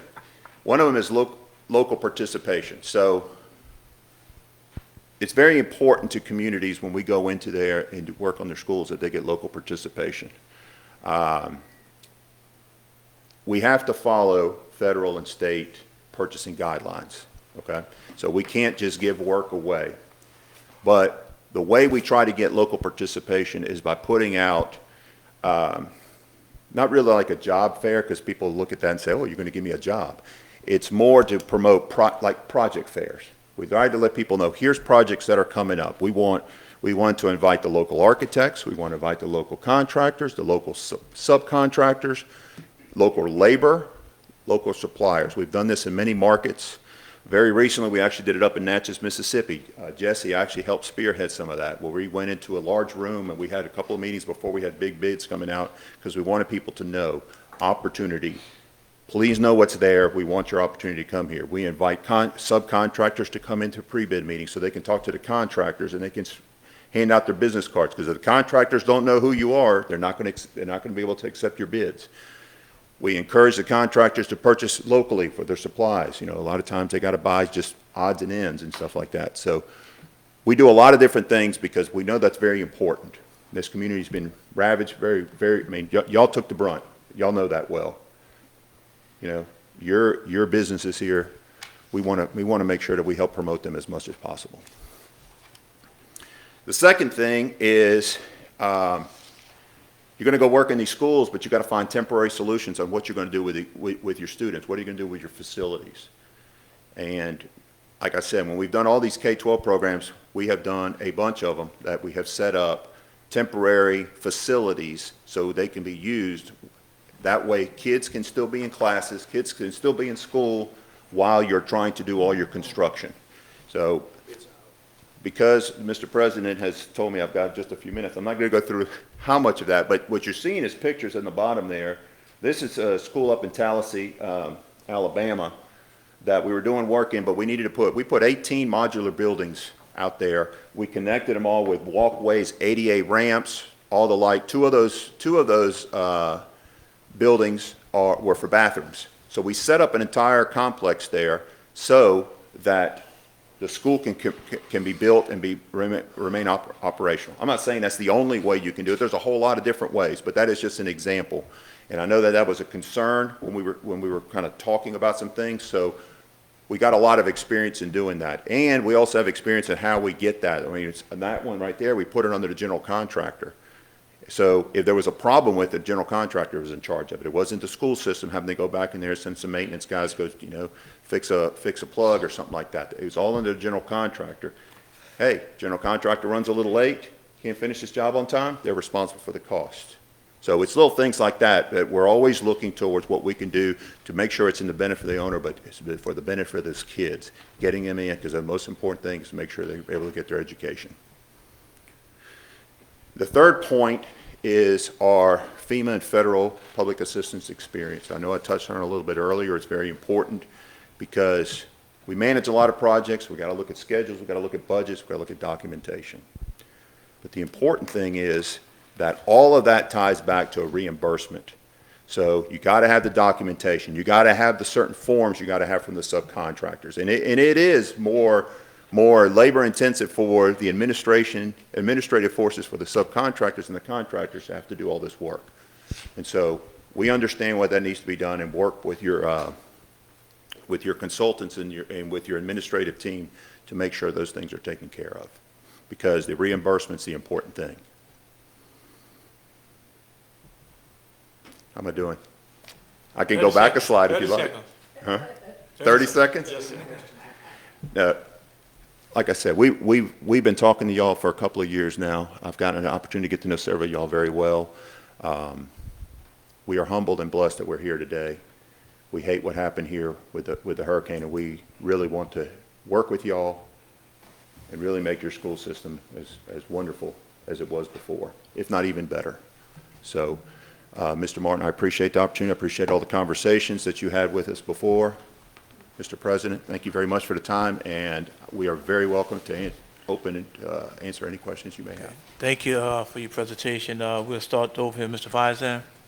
I like that you brought up that you would hire local people, so that's a plus.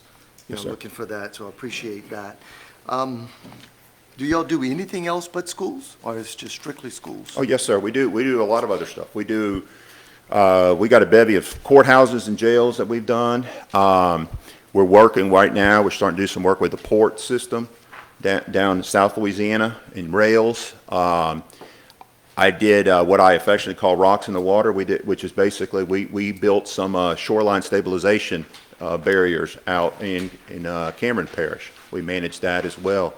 If you've been to Orange Beach or Gulf Shores, we redid all of the lodge, all the Gulf States Park, all the boardwalks, all of that. It was done with BP money. Okay. So we've done a whole lot of different things. It's just K-12 is our strength. Yeah, that looks like your specialty. That's why Yes, I was sir. asking. Yes, sir. Other than that, you are point of contact? Would you be Yes, the sir. person? Yes, sir. And you said you were going to move an office here in Houma. We will put something here.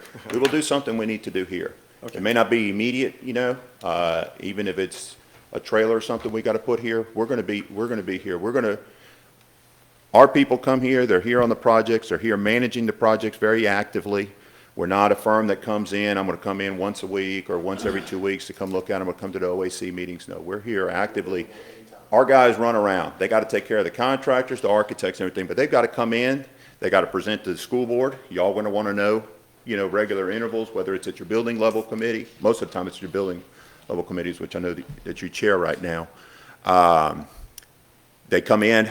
The superintendent and his staff will be talking to our people constantly. It's just, that's just part of it.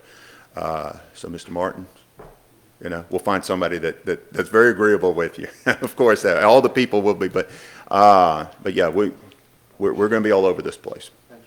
Ms. Soleil? I just want to make a comment. I like the idea of that vendor fair. Yes, ma'am. that you talked about. I think that's a great idea of getting local people involved. Yes, ma'am. Thank you. Mr. Lagarde? Yeah. Guys, like you said, we've been dancing for a while, and we know y'all. Yes, sir. We're comfortable with y'all. I know I am. And you did say something like Mr. Vizan and Ms. Soleil said. That's something I asked earlier. And as we've been doing this, I've been getting, constituents watching. Our local people want to be involved, and get some of the pie, and I like that. Maybe have a job fair, get some local vendors, get them an opportunity to help rebuild their school system, and I know y'all been doing this, but I guess my question is, y'all, with a lot of the schools, have y'all, FEMA been involved with a lot of stuff? Have y'all done a lot of schools that been involved with getting the reimbursement from FEMA? We have, excuse me, I'm sorry, Mike. We have done some. I'll use a couple of examples that are just really simple ones. Safe houses. So when you go up North Louisiana, safe rooms, excuse me, not safe houses. So you go up to North Louisiana, you got to put in safe rooms into schools, and typically those are federally funded. We did them at Union Parish. We're doing one right now, in fact, for Lincoln Preparatory School in Grambling. You know, we have to go in there, and there's monies that come in from the federal government, so that portion of the project has to be done for that. I'm just using that as one example. It's a real simple, easy one that I think everybody can understand. You know, and we work through to make sure how you break that part into the project, because, you know, you're putting that into a project that's maybe not necessarily federally funded. But yes, and in others as well, along with other types of federal work too. So some of the people that I had proposed, in fact, one of the ladies that proposed, she used to work for FEMA and handled the actual on-site, handling all the paperwork and stuff like that for FEMA. Now she's working with us, so I mean, nobody understands the paperwork and what's going to be needed than her. In fact, you know, when she starts talking to you, sometimes you got to kind of back up for a second. You're like, there's too many federal forms you're telling me about. Please handle that. So, Thank you. thank you, Mike. Dr. John? From the sounds of it, I better get my house fixed now because we don't have any contractors. We can find out when we get this started. We don't have a chance to find a contractor to come work on the residents. That's what I'm hearing here. But yes, I like the idea of doing the project fairs because we really need to keep our local people working. And Yes, I ma'am. also like the community liaison because that's a very big piece that we need to make sure happens and is done well. Yes, ma'am. And I tell you, we have several superintendents who contact Jesse directly. They tell me, I'm going to talk to Jesse. You call Jesse. Jesse loves being called in the middle of the night, any time of the day. He loves it. But what they call him for is because a lot of times they say, hey, I've got a bond I've got to pass. I've got this I've got to do. Hey, I need this constituency group. Can you come help me out? And Jesse just jumps right on in it and doesn't care. He doesn't care who it is. He's going to go in. He's going to figure out a way. He's just, you know, those of you gotten to get to know him, he's kind of lovable. And I mean, but he just does a great job of that. And it is so hugely important. It's such a big part of what we do, you know, because we can do all this stuff of managing, but if we can't help you be successful with your constituents, it's all for naught. You know, we want them all to love what's being built. Yes. So, and if I could expand on something you were saying earlier, you were joking about, you know, probably want to get your house now. And so it is a very real issue right now with supplies, demand for supplies, demand for contractors. Okay, Ida hit, you know, LaFouche just put out their package and they're rocking and rolling already. You're right behind them, and you're going to be doing the same thing. You know, there's a lot of damage. There's a lot of contractors going to be busy. There's a lot of cost escalation and things like that. And that's one of the things that we really take heed on is we got to watch your money. And every contractor, every supplier is going to come and say, once they got a contract, hey, you know, I need $30,000 extra for kitchen supplies. I need more for roofing. You know, and in the state of Louisiana, you're not obligated to give it to them. That doesn't mean that you have to be a jerk. You know, a lot of the attorneys will actually will ask, you know, say, hey, maybe you might want to work with them a little bit and stuff if you have the financial ability to do it. When you're dealing with federal monies, it's almost a little different game. So you got to really watch that. And you got to be able to manage that. You got to be able to budget things for that. We were budgeting schools at $200 a foot not that long ago. We just did Lincoln Prep up in Grambling. We just did that one probably March, April. We were getting the GMP on it, $260 a foot. Okay, and I'm not doing that to scare you and say, oh God, now we're not going to have half the projects we want. I'm telling you, you got to be able to manage that. You got to be able to estimate that. You got to be able to prepare and plan for that. Look at all the things that the schedule impacts. It's very important. So I appreciate, you know, I'm not trying to make a lot of the house. It is. It's very difficult to find the roofer for your own personal house when you know that they're all trying to do all this other work as well. So thank you, Mr. Mr. Randy. DeHart? Good presentation. Are you serious? None? You know him. Thank you. Merry Christmas. Yes, sir. That's a good thing. And I understand, I like the idea of, you know, the local, good luck on that, and supplies, and that That's excellent. Thank you very much.